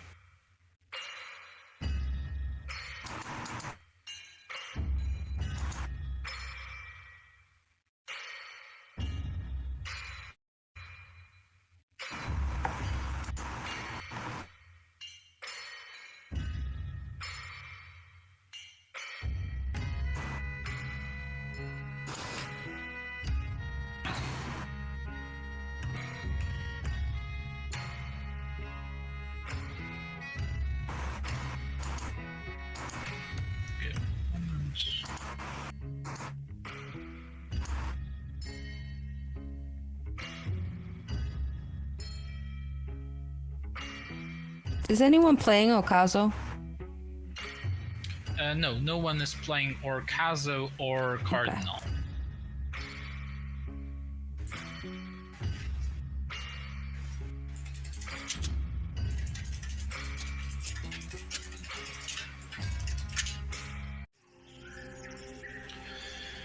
So, we're moving to the continent of Sendrick, far south from Corvair, which is an unforgiving place. Cursed by the sovereigns and the Six, it's a land warped by magic that cannot physically be mapped. While all of you are here for gold, you've recently discovered a found family too.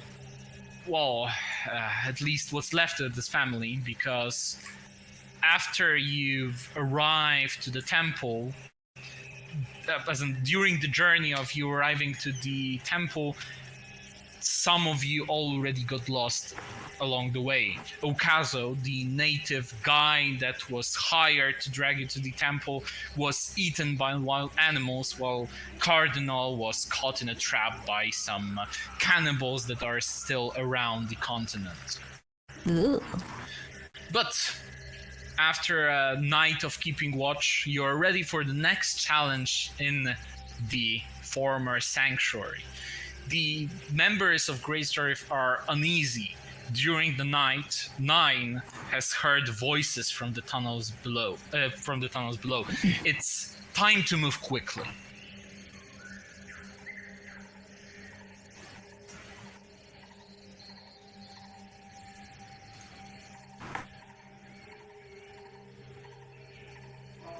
And you see the entrance to the ruined temple.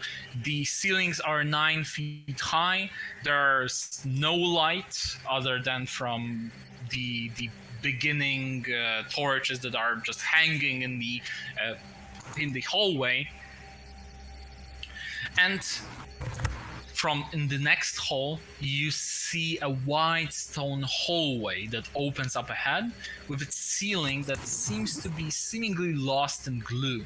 The stone tiles on the floor have a light checkerboard pattern and are coated in a moist rainbow sheen. The only exit from here seems to be the archway to the west. To the east, sorry.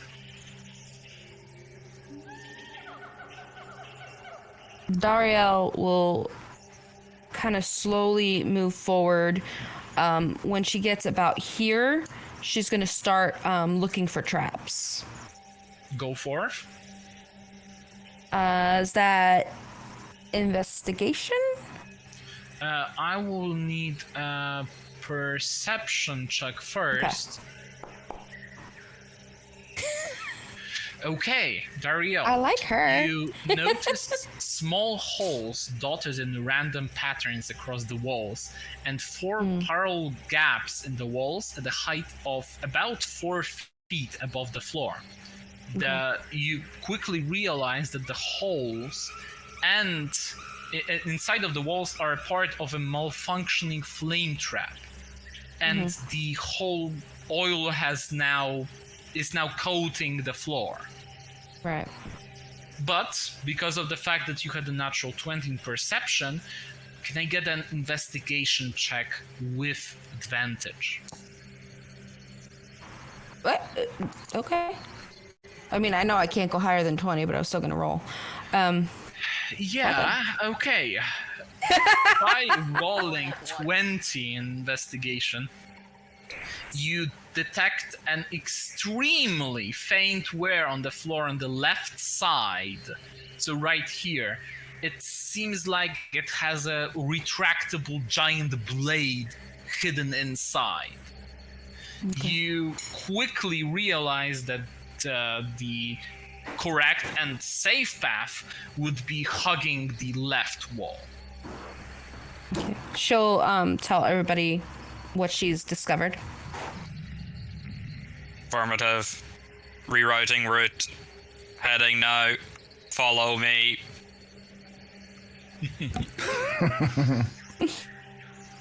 Lyrax is going to see about grabbing one of the torches since he doesn't have dark vision. And, sure. He's going to move forward with them.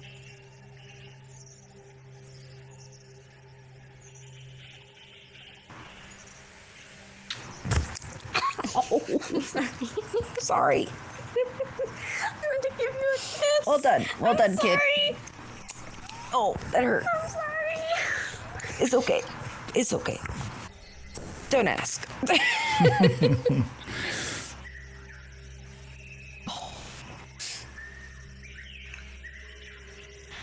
She will request to kind of sneak forward ahead of 9 to check for traps again. Okay. Just Standing to be by. safe. So, you want me to roll again? Yes, I would like you to roll perception again. Ooh, okay, that's not as good. Look at her on out at some point. True. Well, let me describe what you see. As these broken steps ascend into a larger room that seems to serve one purpose, the worship of this gleaming crystal skull, resting on the stone altar with 2 stone pillars that flank the altar, both decorated and with detailed carvings of dragons. There's also a beautiful mosaic inlay of a red dragon that forms this 30-foot circle in the center of the floor. To the south, you see that dirt and roots choke a large crumbling opening in the wall. A similar but smaller tunnel opens in the wall behind the altar. Okay.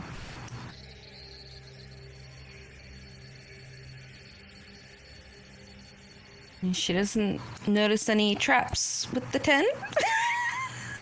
I would actually have to inform you that no, you do not notice any traps with a 10. Do we proceed? It looks safe. Affirmative. Boom. I would avoid stepping on the symbol just yet. Rewriting. Dario, as you come a bit yeah. closer, you finally notice that the opening inside is actually the nesting grounds for 3 adult displacer beasts that were lurking nearby. I will need everyone to roll initiative. I'm sorry, I rolled for 9 over here. I'll be just a second. I need to reload here. Sure.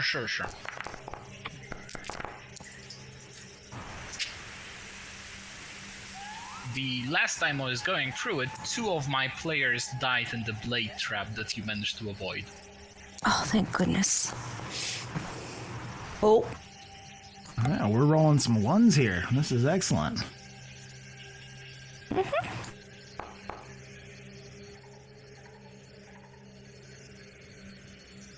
Great numbers, guys. Great numbers. Okay, let's head right in. Anybody else furiously reading their character sheet to figure out what you can do? I was doing that beforehand. I already know what I can do. I can just die. So, with that, the displacer beasts are going to rush from their hiding and proceed to defend their nest. First of all, Dario, your the first order of business, the displacer beasts are going to make 2 tentacle attacks against you. Yep. The first of which manages to hit, dealing And 8 9 points. is going to initiate protocol protection. Lady Dariel. I'm going to protect. Okay, adding disadvantage to the roll, which unfortunately still misses, as Dario gets attacked by another tentacle, which also manages to hit, leaving her furiously bleeding. She gonna die. Oh yeah, I'm pretty sure that's what we're all gonna do. Okay. Give me a moment. The name of the Worst game, right? Flashback ever. I needed to replace those 2 guys, so I'm just going to roll new initiative for them.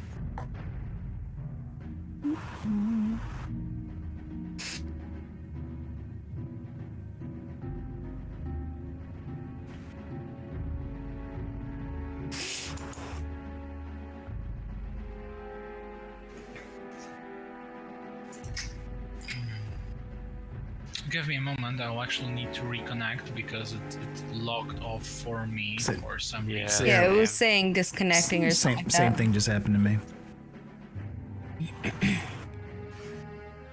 I guess I'm just very in tune with the server. It always happens to me first, then others.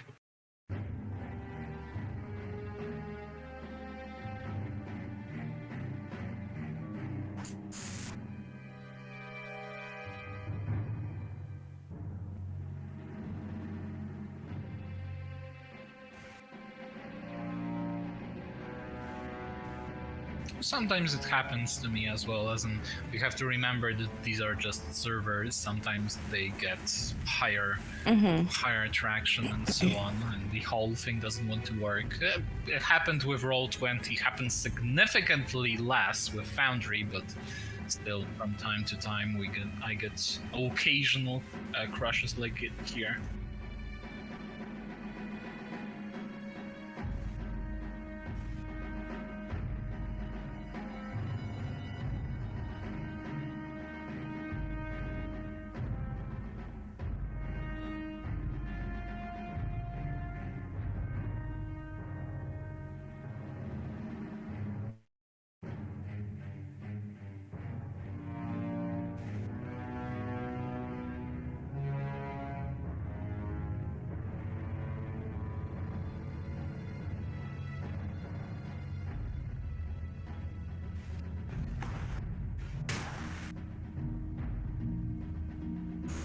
Yeah, it let me back in finally and got everything reconnected.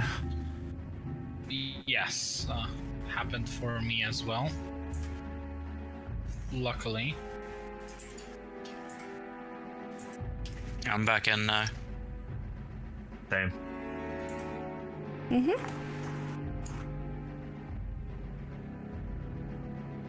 I'm good now.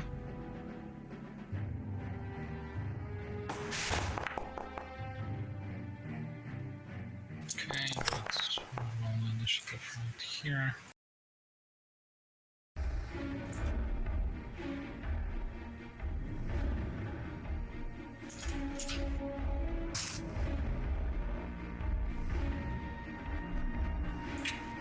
You know what? It's actually in. Okay, it starts working again. I got incredibly budged by that.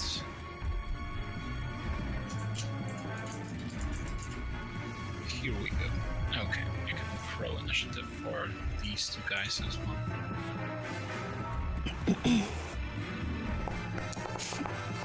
They are not going to be first. As far as I remember, one of them had... the first one was 16, so let's just take them in increments of 4. So, Dariel, what would you like to do? Liv. She is. Let me see what she's got. She has no inventory that I can see. Okay.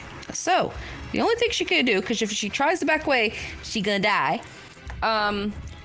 Yes. She is. Oh, does someone go after her? Where's the battle list? Okay.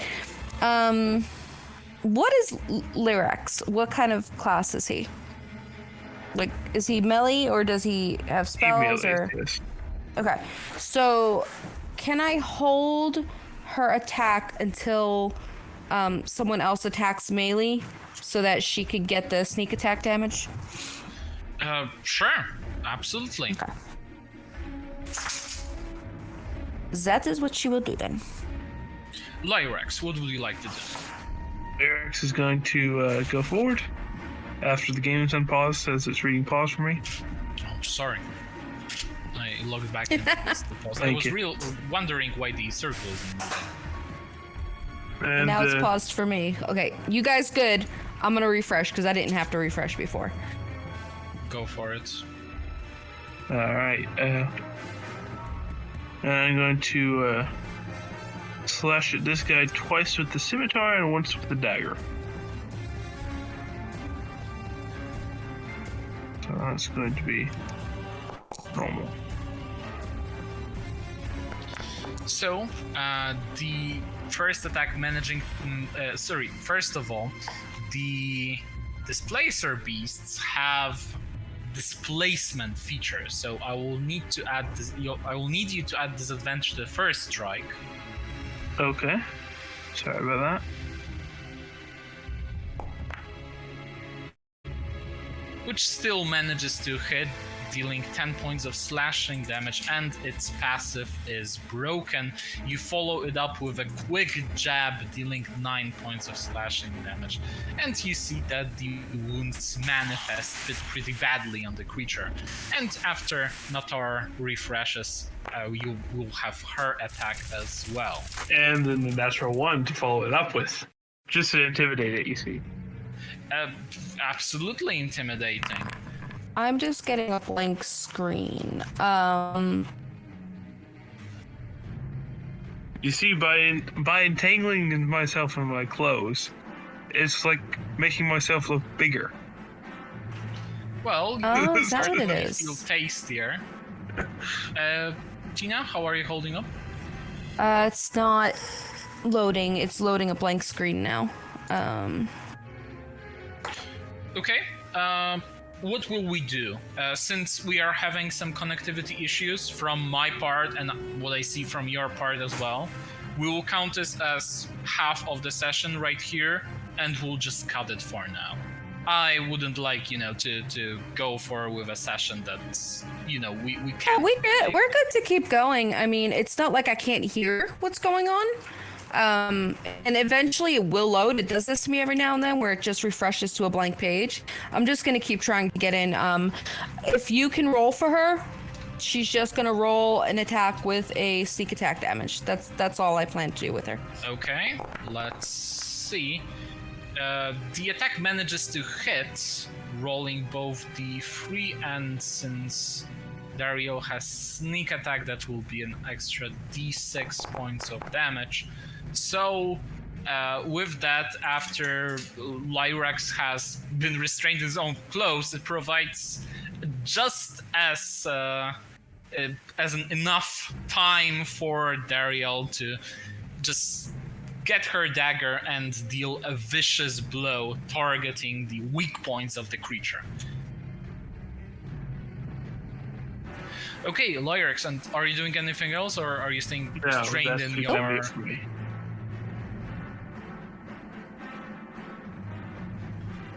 Well then, Lyrax, as one of the displacer beasts sees that you're pretty much entangled with the in your clothes, you're going to receive 2 attacks made against you.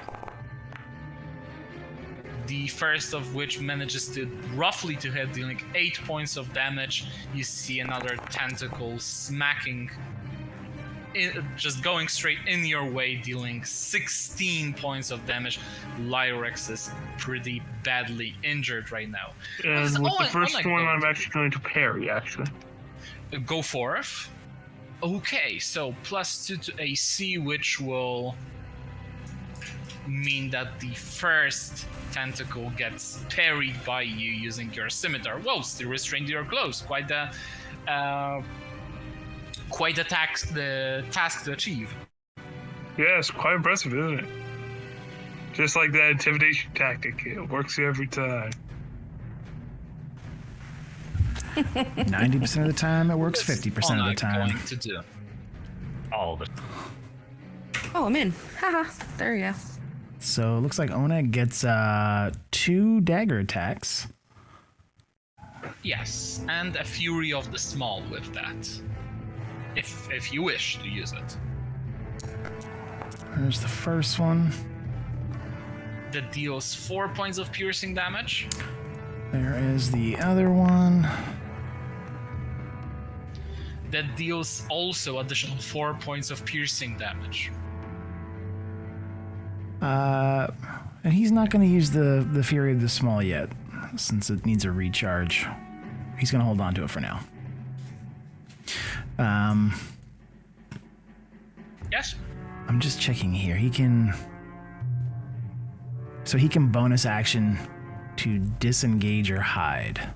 So he's going to disengage and back out that 10 feet as well. Got it.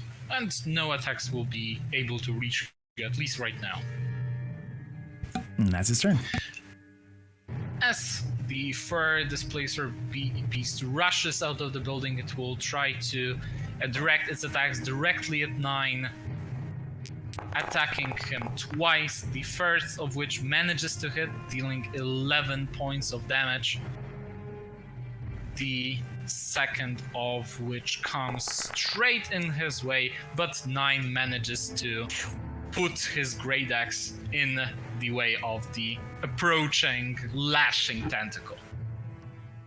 9's head is vibrating left and right, and he's repeating over and over, like very quietly, failure, failure, fail to protect, failure, failure, fail to protect. And now he's slashing at this displacer beast in front of him with his great It axe. still has its displacement. You can still like see an illusion next to this displacer beast that's protecting it. Are you attacking normally or recklessly? Oh yes, I can do that. So recklessly would mean it would just be a normal attack. A normal attack, yes. Okay, yes, I will recklessly attack.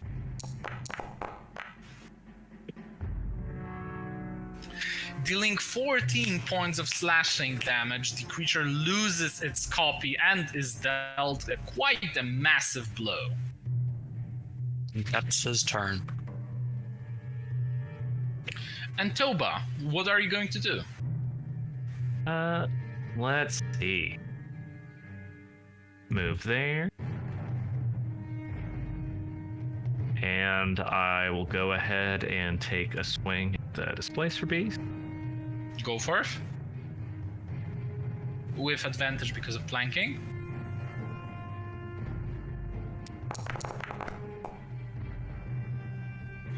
Which manages to hit, dealing 7 points of slashing damage to the creature. Alright. That'll be it. And the displacer beast right here will do 2 attacks, one against Dariel, trying to finish her with the attack. The attack, fortunately for her, misses, but will Lyrax be as equally lucky as she is? Of course he will! You know what I just remembered? Which is way too late to go back on now? Yes? I'm a halfling, I've got lucky. Yeah, you could reroll that. Okay, it's too late, but let's say, it's too late to go back with the attacks, but we could say that you are not restrained if you want to do it like that. If you don't mind, yes. I do not. But the displacement feature of the creature is already back, as it just sort of covers itself with an illusion to protect itself. Dario. She is going to use an action to disengage and back Go for it. away. I was Smart. dying. And yeah, she's got no bonus actions, so that's it.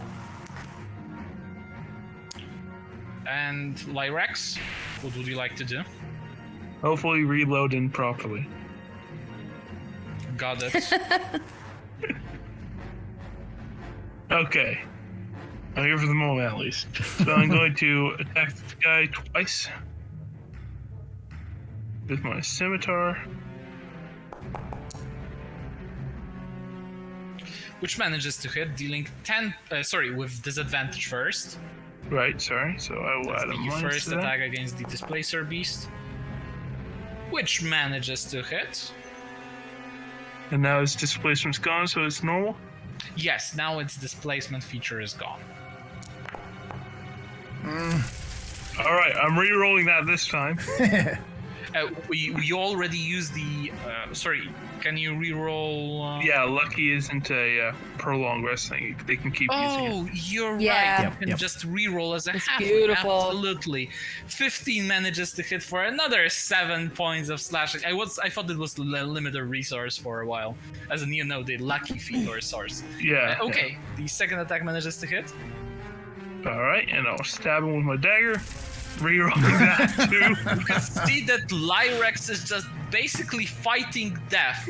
His dagger slips from his hand, only for him to catch it the very next moment and deal a blow. His scimitar was just twirling around, only for it to be some kind of a ruse of fate, so he could deliver massive and mightier blows. This is one lucky halfling. Gonna be it from me. You're gonna have to end it for me though, because I'm gone. Got it. And this Displacer Beast will do 2 attacks, one against Toba, which, unfortunately for Toba, manages to hit, dealing 15 points of damage. The wound really stings due to all of the little needles that are on the end of the tentacle. And then another tentacle, seemingly acting on its own, is going to try and hit 9 only for the... That has advantage because I attacked recklessly. Oh, thank you for reminding me. Which manages to hit, dealing 11 points of damage. Onak, what are you going to do?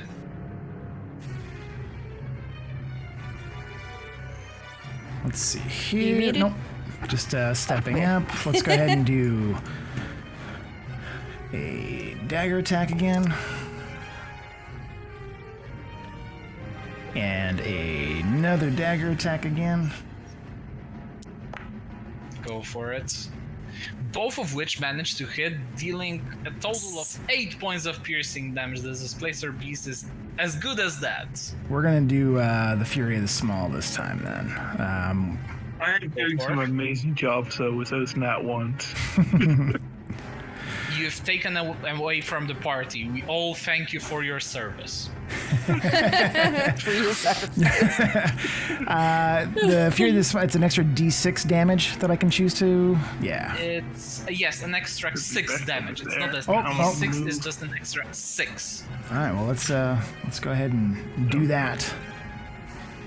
Doesn't quite kill it yet, though. It will need just 1, maybe 2 more strikes. Oh my. Well.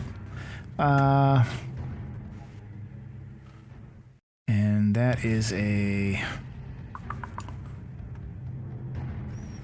I'm just trying to see, is that a bonus action for Fury of the Small?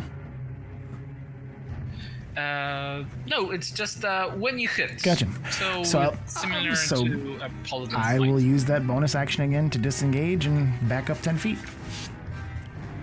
Got it. Onag is basically keeping his distance, attacking when he can and disengaging before the creature realizes something is stabbing at it. As it feels the pain, but Onag is so small for them, he basically manages to avoid them every single time. And after that, something strange happens. You see that the Displacer Beast breaks the fight for a moment, starts to shake his head, almost like it's listening for something, only to suddenly act frightened, scared, almost terrified, and rushes away through the tunnels to somewhere. 9, what would you like to do? When he sees the thing just bolt away, he's gonna just look around and see, why is this guy running?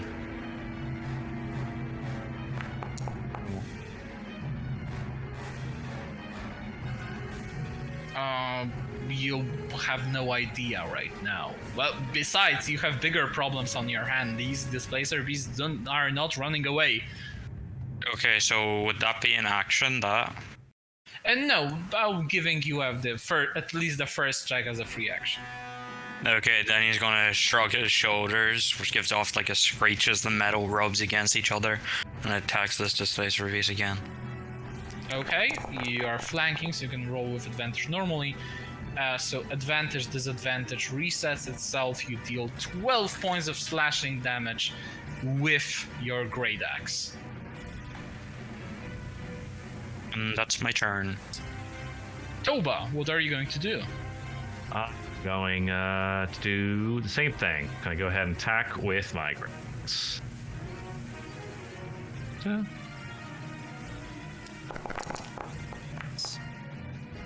Man, these rolls. Well, they do manage to hit, dealing 6 points of slashing damage. It's better to hit, no matter how vicious, how strong the blow was, rather than miss completely.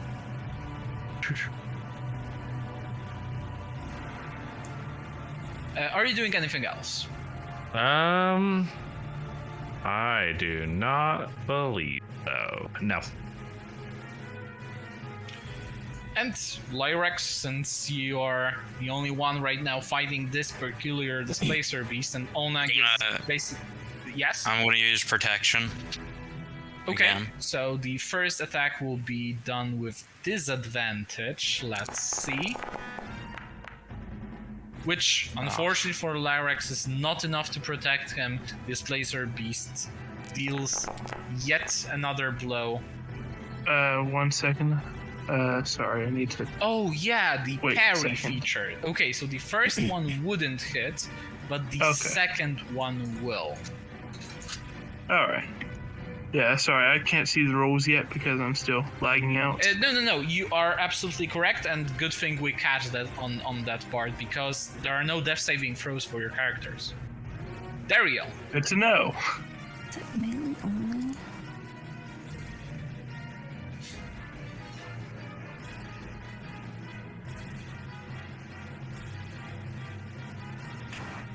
Okay.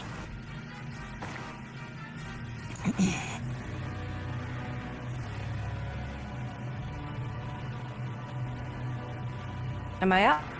Yes, it's your turn Okay. right now. So she is going to take a step forward. And do I get sneak attack on a thrown dagger? Yes, absolutely. Okay, so she's gonna roll and throw her dagger at this one. Note that this displacer beast has regained its displacement feature since it was the start of its crap. next turn. This one has not? Yes, this one has not yet. Sorry, Lyrax. Make it count. Is it advantage or a straight roll? Just a straight roll. You are not flanking, so a straight. Okay, roll a 4d6.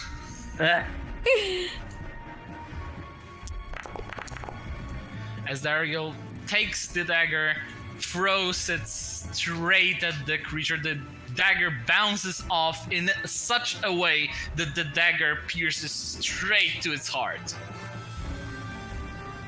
You can see that the creature is now profusely bleeding.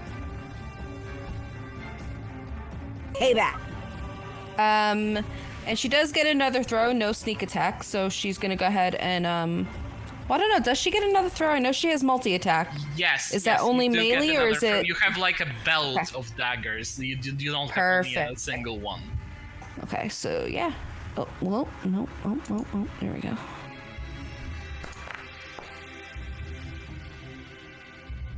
And dealing additional 3 points of piercing damage as you follow the take it. vicious and impressive shot with just a little bit to push the damage up. Kind of hit the end of that other dagger, go dink. Push it in a little bit more. Knocking it even deeper, yes. And she Lyrax. pushes. She sits in the corner again. are you going to Assuming the one... Yeah, okay, he's near death. So I'm going to try and attack the one that keeps on trying to maul me twice with my scimitar. At disadvantage first, right? Yes, Alright. the first one.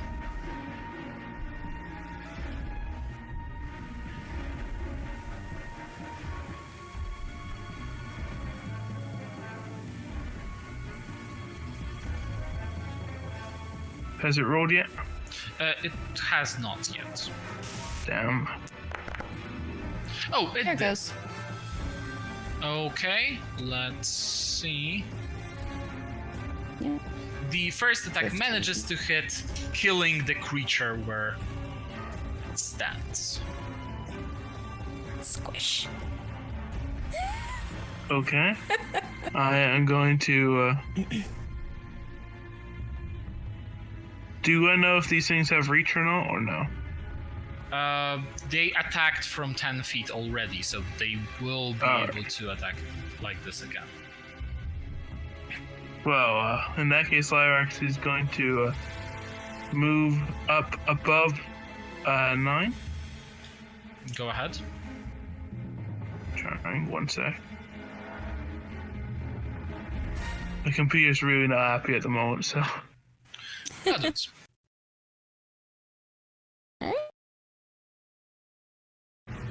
Okay, there you go. And I'm going to attack with my remaining scimitar and dagger attack against this injured one. Sure.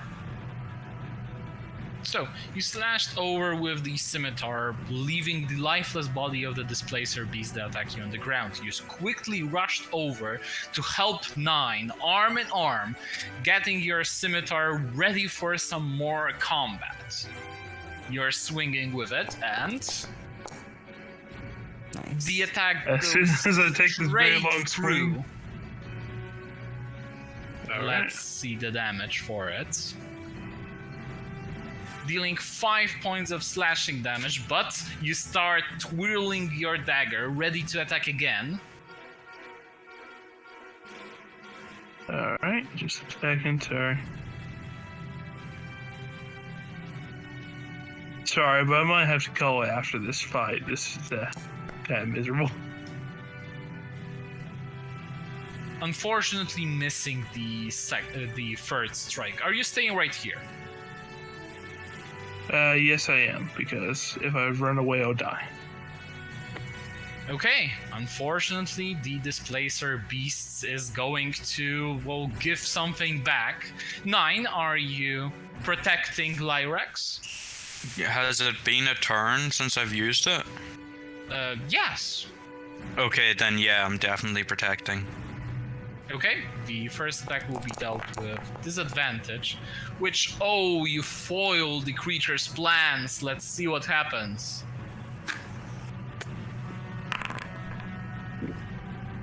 As suddenly 9 starts to, in his compilations, in his calculations that he does, he sees a barrier between planes that would be able to open.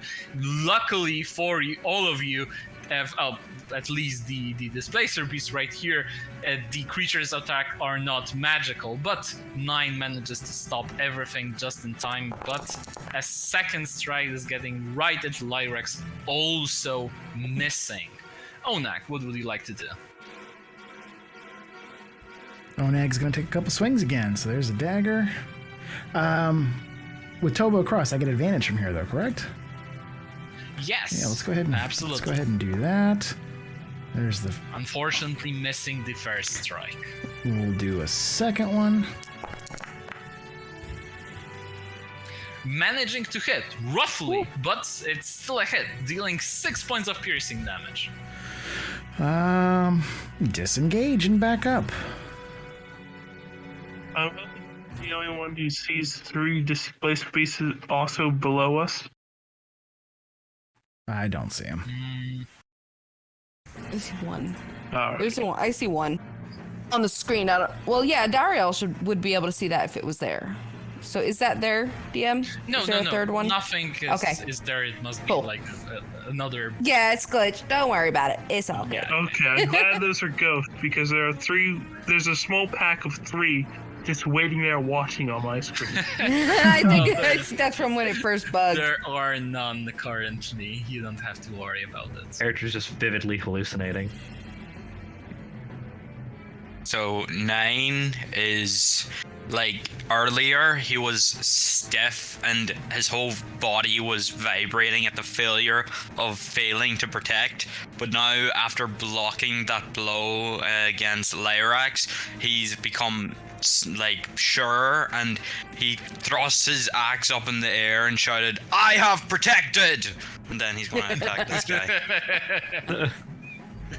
Mission accomplished. I understand that. Nice.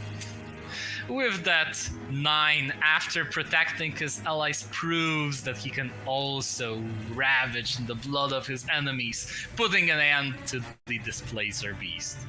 And with that, the combat ends for now, leaving you with the ominously placed skull on the altar. What Does would you like anyone to do? have Arcana? Or detect magic or anything like that?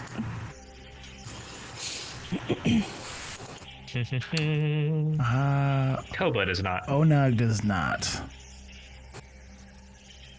I've got +3 to my arcana. Any of us magical? Yeah, I've got +1. So +3 is our best bet.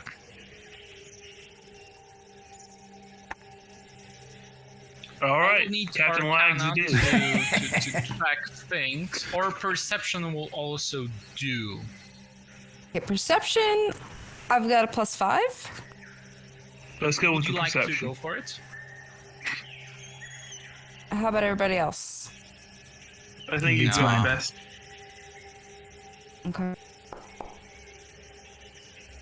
Oh, The skull seems to be ready to be taken for you and grabbed home, doing no harm to anyone or anything. I wouldn't Legit. trust that even if I was like 100% positive. I'd be like, yeah. I take it. Looks okay. I just don't Okay. know if we should touch it. The second she says looks okay, I'm picking it up. Oh no. I'm running in the corner. Okay, so what happens? 9, as you pick it up, the circle starts to shine bright red. Dario, are you inside of the circle or out of it? I'm outside.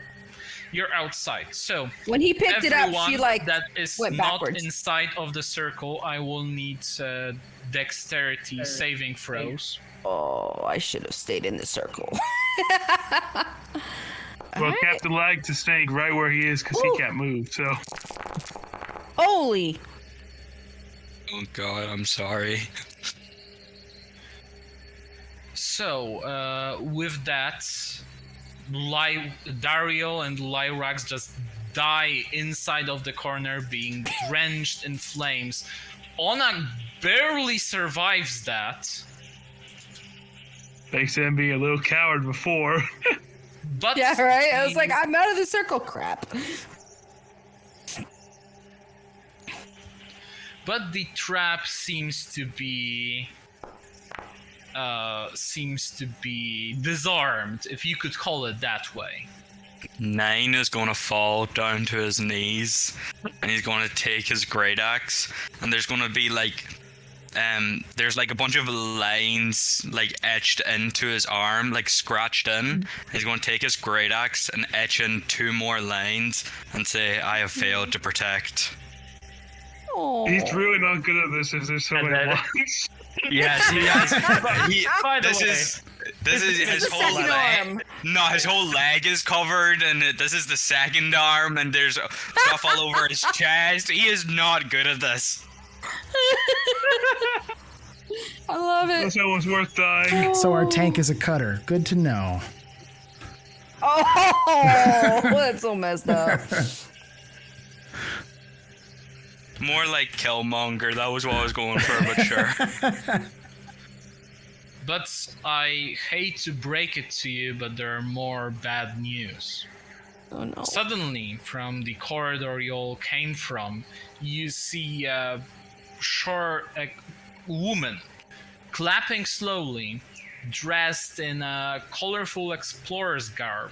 She steps from the shadow with a wry smile on her face, a purple scarf draped over one of her shoulders, and then you realize that she's not alone, as armies of undead are crossing the same path that you did, following her closely.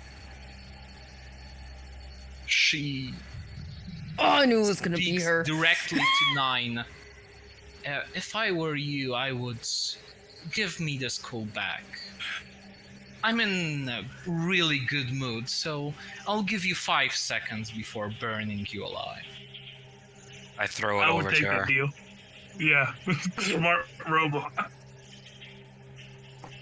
Well, 4. And you see that she is expecting you to either run, scatter, or she was going to send her army straight at you. No, Well, he's giving it to her. I think. I'm throwing it over, like, from where I'm Yeah, on you my already knees. throwed it to her. She looks at the artifact with great, as this artifact of great power. She's incredibly happy that she has gotten it with such a low cost. And But she's still counting. Well, 9 doesn't 3. get up.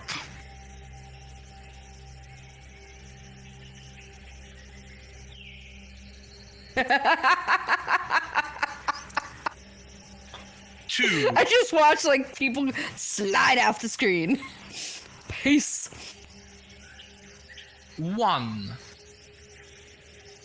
And she looks at 9 with contempt. Just die. And with that, while snapping her fingers, 9 gets engulfed by green flames and dies in an instant. His last words are, "I have failed to protect." Oh God. Man, I got so attached to him. I knew it was gonna be her. Oh my God. I was like, tell me she's a redhead. Yes, she is a redhead. But let's get back to you. After all, you are scavengers who made a living hunting for the last relics of Sire. And now, since you found this strange artifact, the Oracle of War, after which the third protocol has been already dispatched of, you start to wonder, what was the whole deal with this? Who made the device and why are they willing to kill to get it back?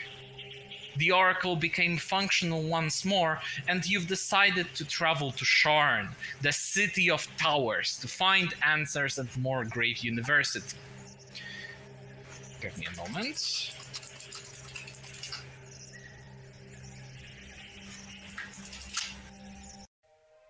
The mighty towers of Sharn are shrouded behind grey clouds.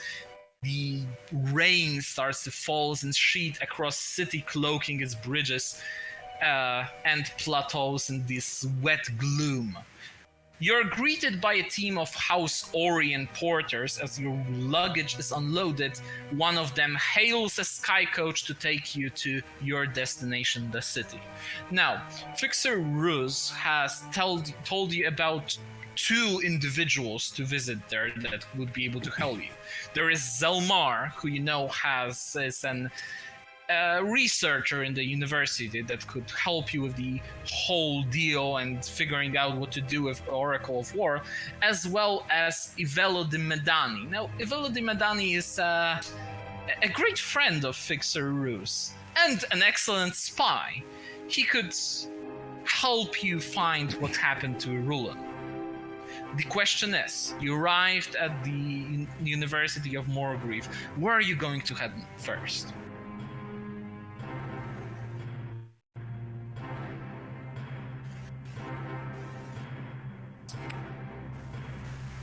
What do you guys think? The spy or the researcher? Thinking the spy. Yeah. Yeah, coming from kind of a shady town like Salvation, that's a little short on law. I would guess we'd probably go to the spy before the researcher. Okay, so Go to you were Ivelo. taught to meet Ivelo de Medani in King of Fire Tavern. It's in Middle Dura, built of black stone and brass. The tavern is lit by dozens of continual flame spells cast on walls, tables, and even the backs of chairs. Now, you haven't met Ivelo in person, but once you cross the doors and, start to look for him, start searching him, suddenly the bartender tells you that there has been an order for you waiting at the table.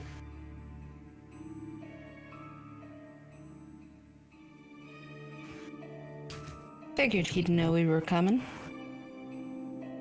He'd be a pretty shit spy if he didn't. True. So yeah, take the order and go to the table. And near a table, you can see an incredibly bored half-elf currently playing with his set of thief stools while waiting for you. Well, you are late. Well, we I are didn't tired. realize- Do you know how long the journey is to get here? Like, Jesus, give us a break. We weren't exactly given a appointment either. Well, then you could at least agree out of the... was being polite. Well then, my name is Velu. I guess we're here to talk about Irulan, right? Unfortunately. Well then, first of all, are you mad? Depends on who you ask. Well, all of you that is, you do know that she is a powerful necromancer, right? Did we know that? Sol was We pretty. did know that she was messing with necromancy in the first session, yeah. Mm-hmm. Well then, if you are still sure about pursuing the lead that you've got, I have a set of documents ready for you. I have tailed Irulan to her apartment. It's currently located in the lower Dura. I have staked out the building and I can confirm that she's currently using it as a hideout in the city. Now, the problem is, Irulan is immensely powerful, or so the people say. So my contacts have informed me of. Besides, she has hired a local street gang to protect her hideout.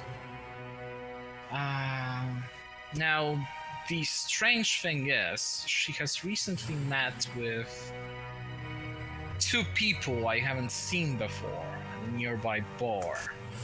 There was a pair of bold half-elves. One dressed in red, while the other one was dressed in black, but I don't know their identities. I will need at least one more week to complete the reconnaissance.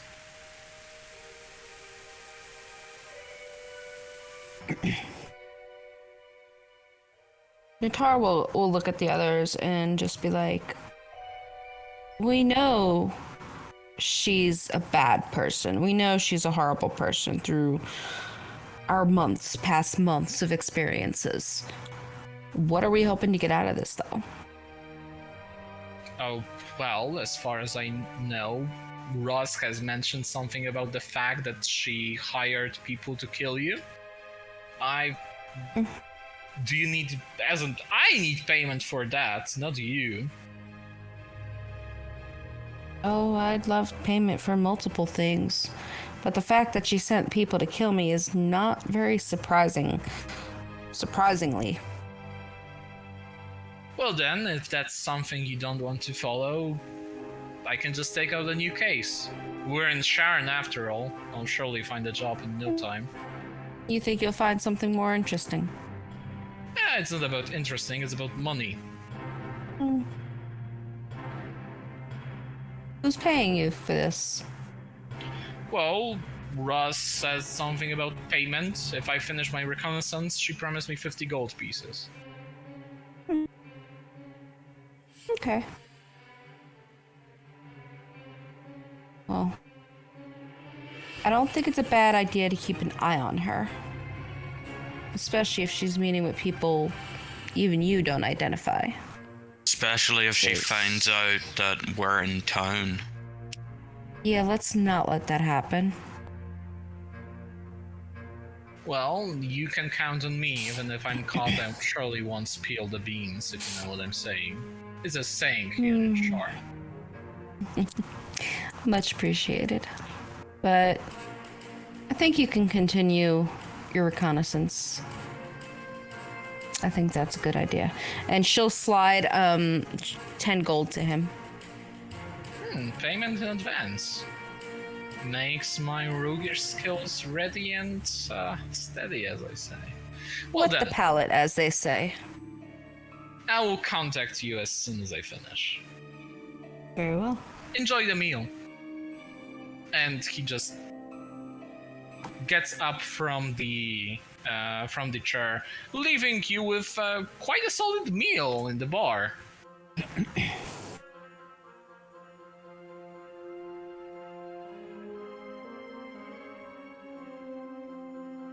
Well, that was interesting.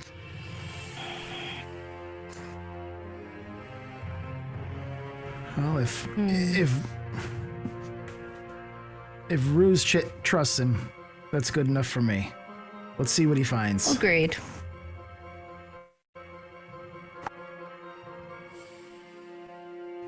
Maybe the researcher can give us something faster than a week. It does seem like a long We time can to hope. let somebody get up to. Okay, so we want to head out to the university now to find Zoltan. Yeah. Okay then, so you catch a sky coach to get to Moorgrave University. Now, Moorgrave University is in Upper Memphis on this massive Delanan Tower. The surrounding area is dotted with grand theaters and upscale shops that mainly focus on fine cuisine and fashion. At the front of the university, double doors open into a large courtyard with carefully manicured landscaping. You see that there are guards in front of the gates that are checking people's identification.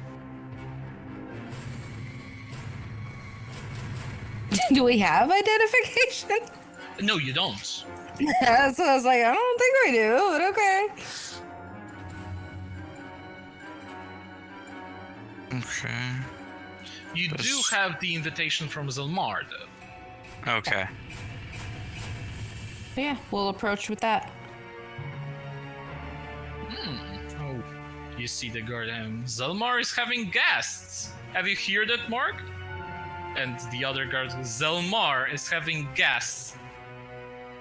Okay, this must be a special apparently. occasion. Oh, well, we're special people, can't you tell? The guard looks over Natar, looks over the party. Well, it don't seem special, but if you say so. Dante is Everyone gonna. comes to Shar and She thinks winks and it's she's special. just like, trust me. Dante is gonna jump off my horn, jump onto his shoulder, kind of give him a little kick, and then jump back onto my shoulder again. Please do handle your pets. At least Don't- Sarah's take just the lying. feces away that the creature leaves after. Please. Maybe don't insult him next time. He loves to feel extraordinary. Well, he seems clever. Anyway, you are free to go. Thank you. And after which, passing the main gates to Moorgrave University, you see the many classes that are taking place right in the open field. There are classes from conjuration where students are constantly changing into different sizes and shapes and making different animals or changing into the animals. There are classes from transmutation where they operate on different metals. There's, of course, the buffoon-like evocation wizards, which think that they can fix everything with one fireball. So that's only the thing that they are practicing like right now in the open field, basically making fireworks 24/7. But anyway, after going through what seems like a parade for you almost, you reach Zelmar's office, which is in the Moorgrave University library. The door is opened by a lanky young man with long brown hair and pale skin. He wears gray-blue robes, and behind him you see a whole office cluttered and filled with machine parts and metalworking tools. Hello. Hello? Whom do I owe the pleasure? And A's gonna turn over to Natar and say, "What are we called again?" I think The she said. oh crap. I don't remember. It was the gray something. Holy cow. We're called. We're really good at this, can you tell? She would just say Fixer sent us. Oh, Fixer. I'm so happy to see you. Come on in. There isn't much place to sit, so please stand exactly right there. And he points over to the very place that's not cluttered. Just a piece of floor that you can barely fit into.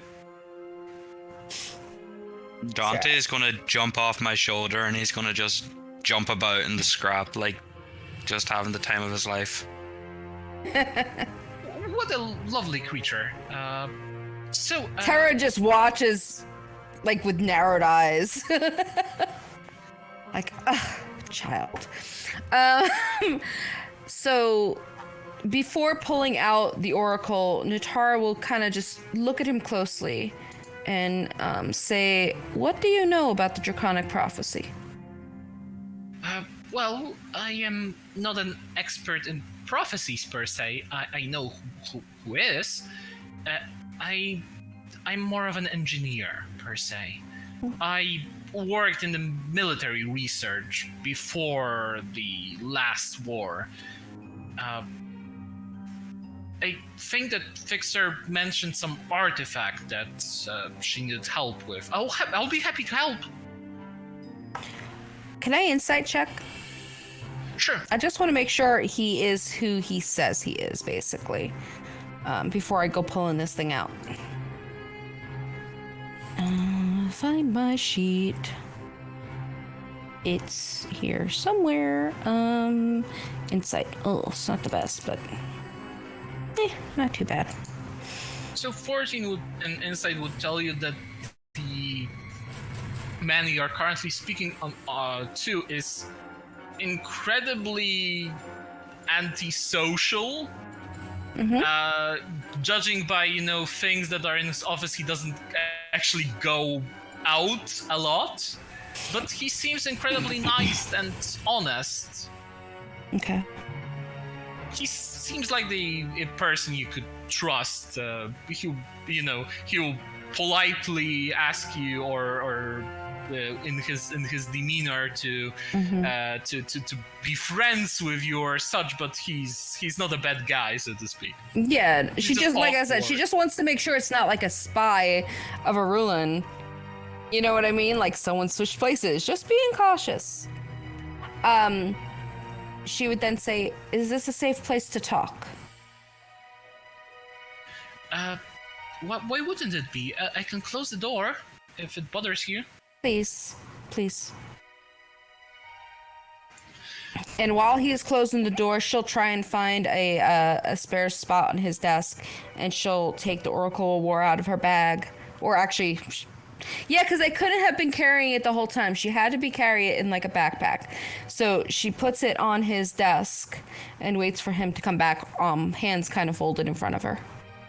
So, as you put the contraption onto his desk, he just turns into a massive investigator of sorts. He basically loses it. He pulls out a small notebook, starts taking notes, murmurs to himself. Impressive. He goes over to examine the oracle on his own desk, just straight up producing a small tool set from his robe, testing various fastenings and seams along the oracle, gently prying open parts before refastening them, and suddenly he finds a piece of parchment. Have you read this? It seems like it was hidden inside. No.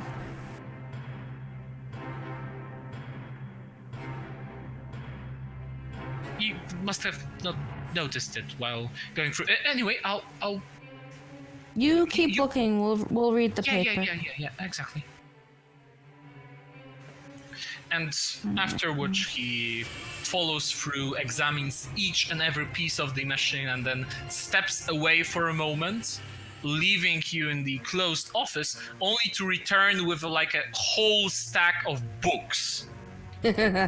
after 10 minutes of consulting the text and looking back over to you, to the Oracle, to you, to the Oracle, Zell grows animated and excited as he explains what he's discovered.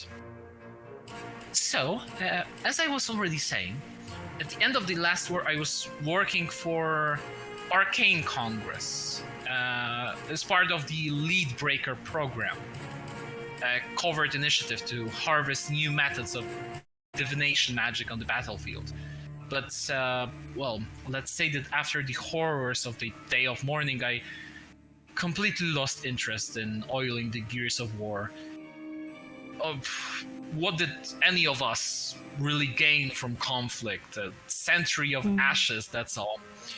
But this machine, it looks like it's everything we hoped for Leadbreaker, but this isn't ours. Can you see this mark? And he points over to a discrete symbol etched into one of the Oracle's reliefs.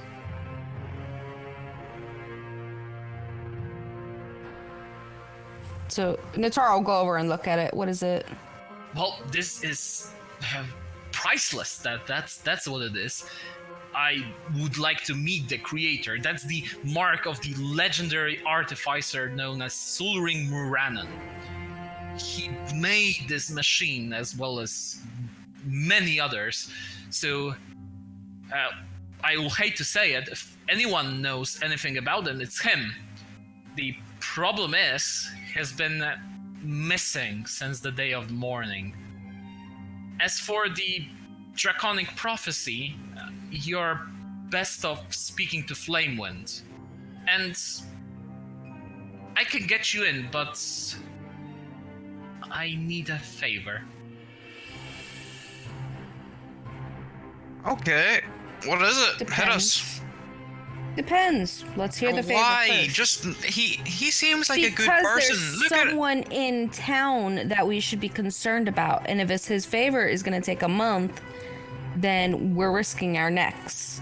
I'll look over to him and say, "How long will this take?" Well, one dinner. One dinner. See? Easy. With who? You see, I can't ask for a payment, but there's this woman. She is beautiful and brilliant. It took me forever to ask her out on a date, and she said yes. But I'm going to screw it up. I know I will. I'm useless around women. Could you help me up a bit? How? And for the first time, you see Zell completely straighten up. He's pretty much pale, and the intense look on his face is almost threatening. But you can't do anything to her mind. No charms, no control. No, of course not. That's taking away someone's willpower. I would never. Yes, I would never. She gives Aid a dirty look. Hey, war was a hard time. Don't look at me. Zell, tell me about this woman. Well, How long have you known her? a long time. I really like working with her, and she's really kind. She is intelligent. We have a lot to talk to, but we only made some small talk when I was walking between stations, and now she agreed to a date. So I'm ecstatic, but also incredibly terrified. What's her name? Gia. Gia. What's she look like? I'm trying to Well- get a vision in my head. She has beautiful brown hair. Well, she usually she wears this nice red necklace. She, well, typically has a little blue notebook. I really love seeing her with her notebook. Her theses on certain subjects are out of this world, and I love her smile.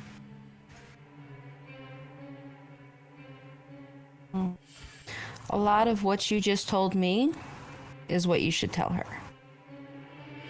But Well, I guess we can try to help you tonight. We'll do our best. It's gonna be hard to help you without seeing obvious about it. So, what do you have any ideas? Where I can help you with that. I recently purchased these, and he pulls out 2 small stones with faces carved on them. I purchased these, and since I just need you to, watch out, maybe give me a joke or two, or you could also learn something about Gia, as in I know a lot about her. We tend to do something, but she often goes to the bar where we'll be having our date. It's called Detention. I know that she is,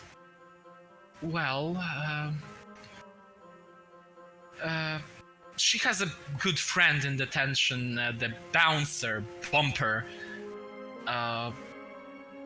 Maybe he could tell you something about her that I could pick up in a talk? Do we recognize the stones, DM? Out of character, I do. Sending stones. Yes, you would recognize them. And if not, then Zell will told you how they work. Do these not speak out loud? He has bolstered the enchantments on them, so they can work 6 times per one day, but not loudly. Just telepathic, sort of. Nice. So sending stones, he enchanted to work telepathically. Quick question for Tulio here. Yes? Do we still have our magic items that we got for that big fight, or no? No, those are, rentals, so to say. Mm-hmm. Except for that one arrow. That's the, the thing that can stay, since you used most of them, so 1 arrow won't help. Won't hurt. A healing arrow, so. Sitting in my bags. Alright.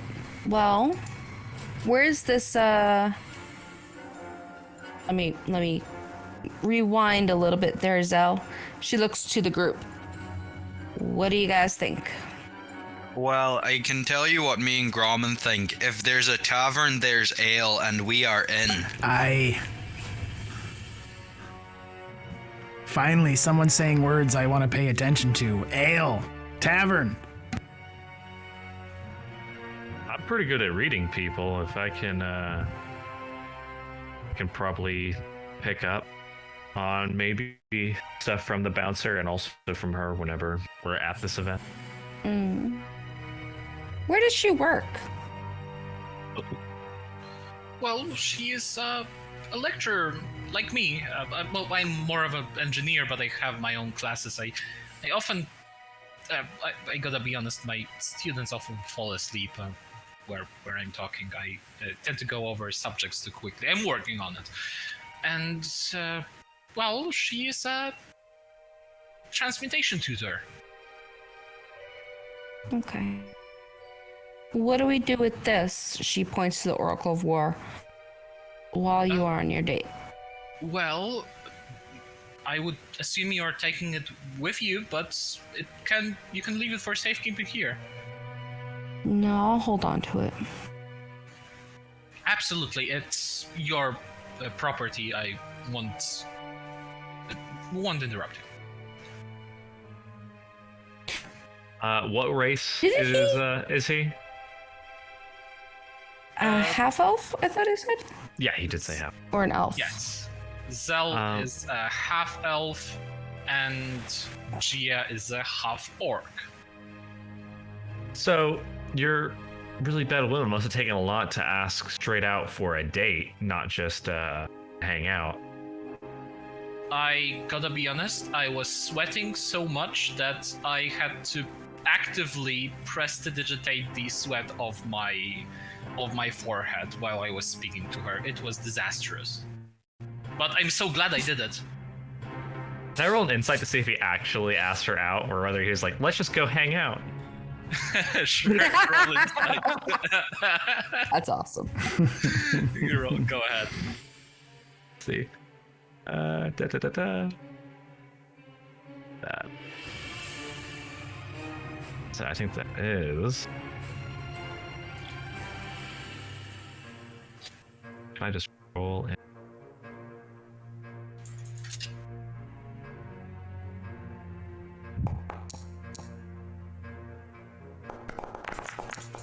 Oh man, my insight's terrible. 18's my best one. Okay, so an 18 would tell you that he indeed asked her out in a former "Are we going on a date?"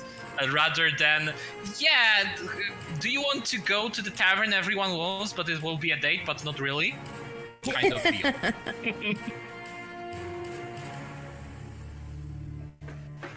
So, the date is in 4 hours. I guess I'll go to some shops to purchase that better suit, and detention Is this a fancy just by the place? Do we need to dress up? No. You're it's not fancy, as in students go in there too. It's just I want to look good for her. Okay, I'm just being sure, not that will stick out like a sore thumb. Okay, so I'm basically hopping off. I'll be the doors automatically close themselves, so don't linger around too long. They are connected with me with spell, so you'll be actively locked inside if you scavenge too long. But if you want to, get to know G a bit better, I think Bumper might be the best case. And I'm heading off. Detention is just by the street. You can't miss it. Every student goes there. Okay, to the tavern. Breathe. Take a deep breath, Zell. I'm sorry. I'm just I know, which is why I'm telling you. Take a deep breath. Relax. Go find something nice to wear. And we'll take it from there. Sure, I only have 4 hours to stress myself out, so I probably won't die, judging my constitution. Just spend 3 finding an outfit. Go. I want to grab him on both the shoulders, and before he leaves, he says, "You got this." And then I want to cast guidance on him and guide him to calm down. Calm the F down, man. Okay, you could see that he changes his posture and confidently marches out of the room. Thank you. I'm so glad I can help you. Problem. And to the tavern! And with that, you go to detention where Bumper is actively standing and as well as, guarding the tavern from some student that got too much to drink for their own good.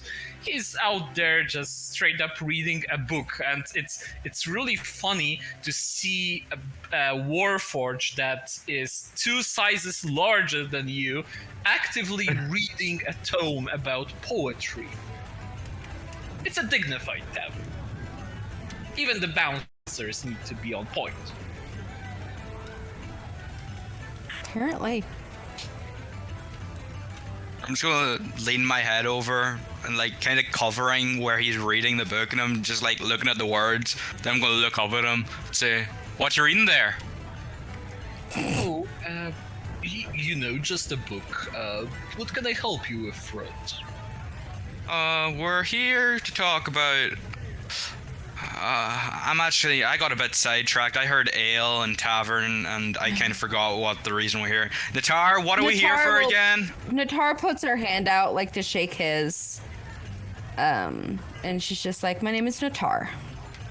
You should kind of wait for him to... Bumper just takes his oversized hand, tries to gently grab yours, almost crushing it in while doing so. Her eyes crinkle a little bit in the pain. It's a pleasure to meet you. Pleasure. No. So I I haven't think seen we you have. No, we're new in town. Visiting a friend of ours actually. His name is Zell. And apparently you and Zell have a common friend named Gia. Yeah, Gia. What about her? I He heard that they are is. actually, meeting each other. Right? So he is ridiculously head over heels for Gia. And have you seen Zell? Do you know Zell? Well, yeah, I love the guy. Okay, so- he's strange, especially Yeah. when he talks too much. I don't understand half of his words that he's speaking sometimes. Yeah, so you Well- kind of know him, so you can understand that he's not exactly the strongest at social situations, including a date with a woman. Oh God, no, absolutely not. So, is there anything? I'm not asking for personal details. I don't need birthdays or, anything, her address. Do you know, like, her favorite flower or her favorite drink or, something that we can kind of pass on to Zell and be like, hey, you should know this about her, and it'll help create conversation on your date. Well, I shouldn't tell, as Gia has told me this in confidence, but roll a persuasion check.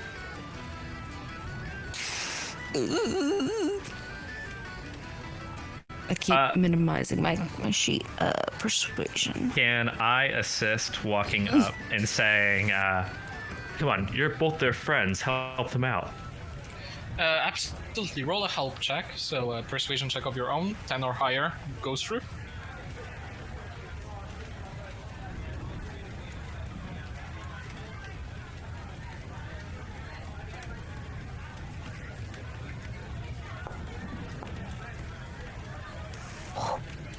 You absolutely help Natar. Natar, roll a persuasion check with advantage. Okay. And then. Well, I get so excited. I guess we need to help love, right? Exactly. Well, I have good news for you. She isn't dating anyone. Well, apart from Zell, she is not with anyone right now, so maybe this will be it. She has a good group of friends, but is close to Zell. Her favorite meal is grilled marinated venison steak with lemon zested roasted carrots. And her favorite wine is Starview Red. And she never ever drinks ale. What? Okay. We're talking. What? But how could she? What? Okay, so he said grilled marinated venison steak with herb roasted carrots. With Did I lemon get that right? zested roasted Lemon carrots. zested. Lemon zested roasted carrots. Okay. And then the drink was red. Starview Red. Starview red. Okay. And Okay. she loves stories and histories about the last war and the Mournlands. Oh, well, I can tell plenty of those. You're not the one going on the date, Aid. Yeah, but I can give him stories. Say, like, That's my true. friend lived through this for like 4 years, trapped in the Mournlands. Like, Okay. cool story. So Cool story. start thinking of stories in your head so you can tell them to Zell. Maybe even write them down for him. Yeah, I'm good at making these things up as I go. Like, why would you write them down? Words are just so stupid. I've often said that. I give Gromit a fist bump. Does she have a favorite flower or She kind of looks down at his book, like a poem maybe that she's mentioned to you. Well, apart from, the last war in Moorlands, I don't think I can tell you anything more about her, but I'll get you a proper place. Come on in. You'll be watching through the balcony. I'm sure you'll help it this way. We have to help Love after all, and the giant Warforged stands out and basically grabs his hand, lifting you out to the balcony where there is a hidden table waiting. You have a proper spot. All that's left is to wait for Gia and Zell, and obviously as Bumper realized that the two of you needed ale, he just lifted a keg of ale up here, so you won't be bored. But we won't be spotted. You shouldn't drink too much. That is, he basically implies. Okay, so a couple of hours pass as suddenly the described woman Gia takes. I'm gonna be waiting by the door so that when he comes by, I can just guidance him again once more just before he goes in, and then head back up again. Okay, give him a little pat on the back. You go, champ. Okay, absolutely. So. And during that time, Natar would have used the sending stone and just said, don't stress, we're here, and I'm going to repeat this information to you later. But blah, blah, blah, blah, blah, like everything that Bumper told us, I'll kind of say, like, she likes this and she likes this drink. Do not, if you remember anything I tell you, do not order her ale. And she'll kind of just say she loves stories. Sorry for interrupting you, but I barely can remember my name right now. Please just help me when the situation ensues. You can't remember no ale? Okay, we're here. We're gonna help. But okay. Thank you. I'm coming right now. I bought a new suit, and awesome. As I was saying, Gia takes a seat at the table for two near the fireplace, where after a moment, Zell, dressed in these brightly purple two-piece suit, sees her, waves and grins nervously as he sits down with her. Can I roll an insight to see, with the way she's dressed, if there's anything that, like a compliment that would be particularly well suited for the situation? I kind of wanted to insight her reaction. Like, what is she, or would that be like perception? Like, just see how no, insight. Okay. That's the art of reading people. Go for it. Of course. So let's right see, now where you is... see that Gia is just... She looks nervous, but that's all you can read. Okay. And Cyrus, you guys know hear me that... now? Yep. Yes, we can hear you. Sorry. Uh-oh. It seems like you have proper problems right here. I was trying to ask earlier, keep cutting it. Boris, you unfortunately keep cutting here.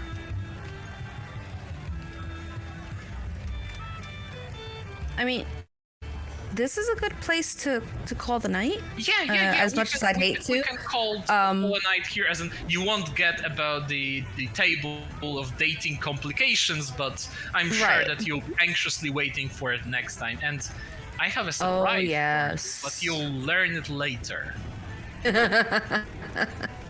So yeah, thank you for the session today. I hope you had fun. I really like the story because it's incredibly flavorful. Yes, it's different. It's fun. Yeah, it's really fun, and I will be giving you access to the salvage base. So if the server is standing before the game, you can actually hop in and check the different kinds of upgrades. But I've already sent you the player salvage base guide. That's it's here for you to go through. Cool. Very cool.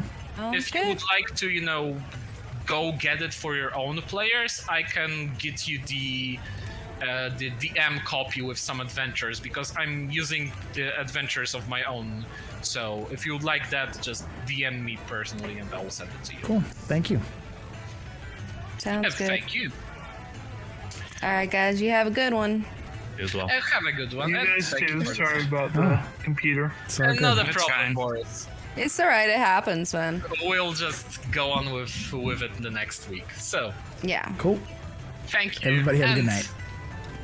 See you next week. Good night. Bye. But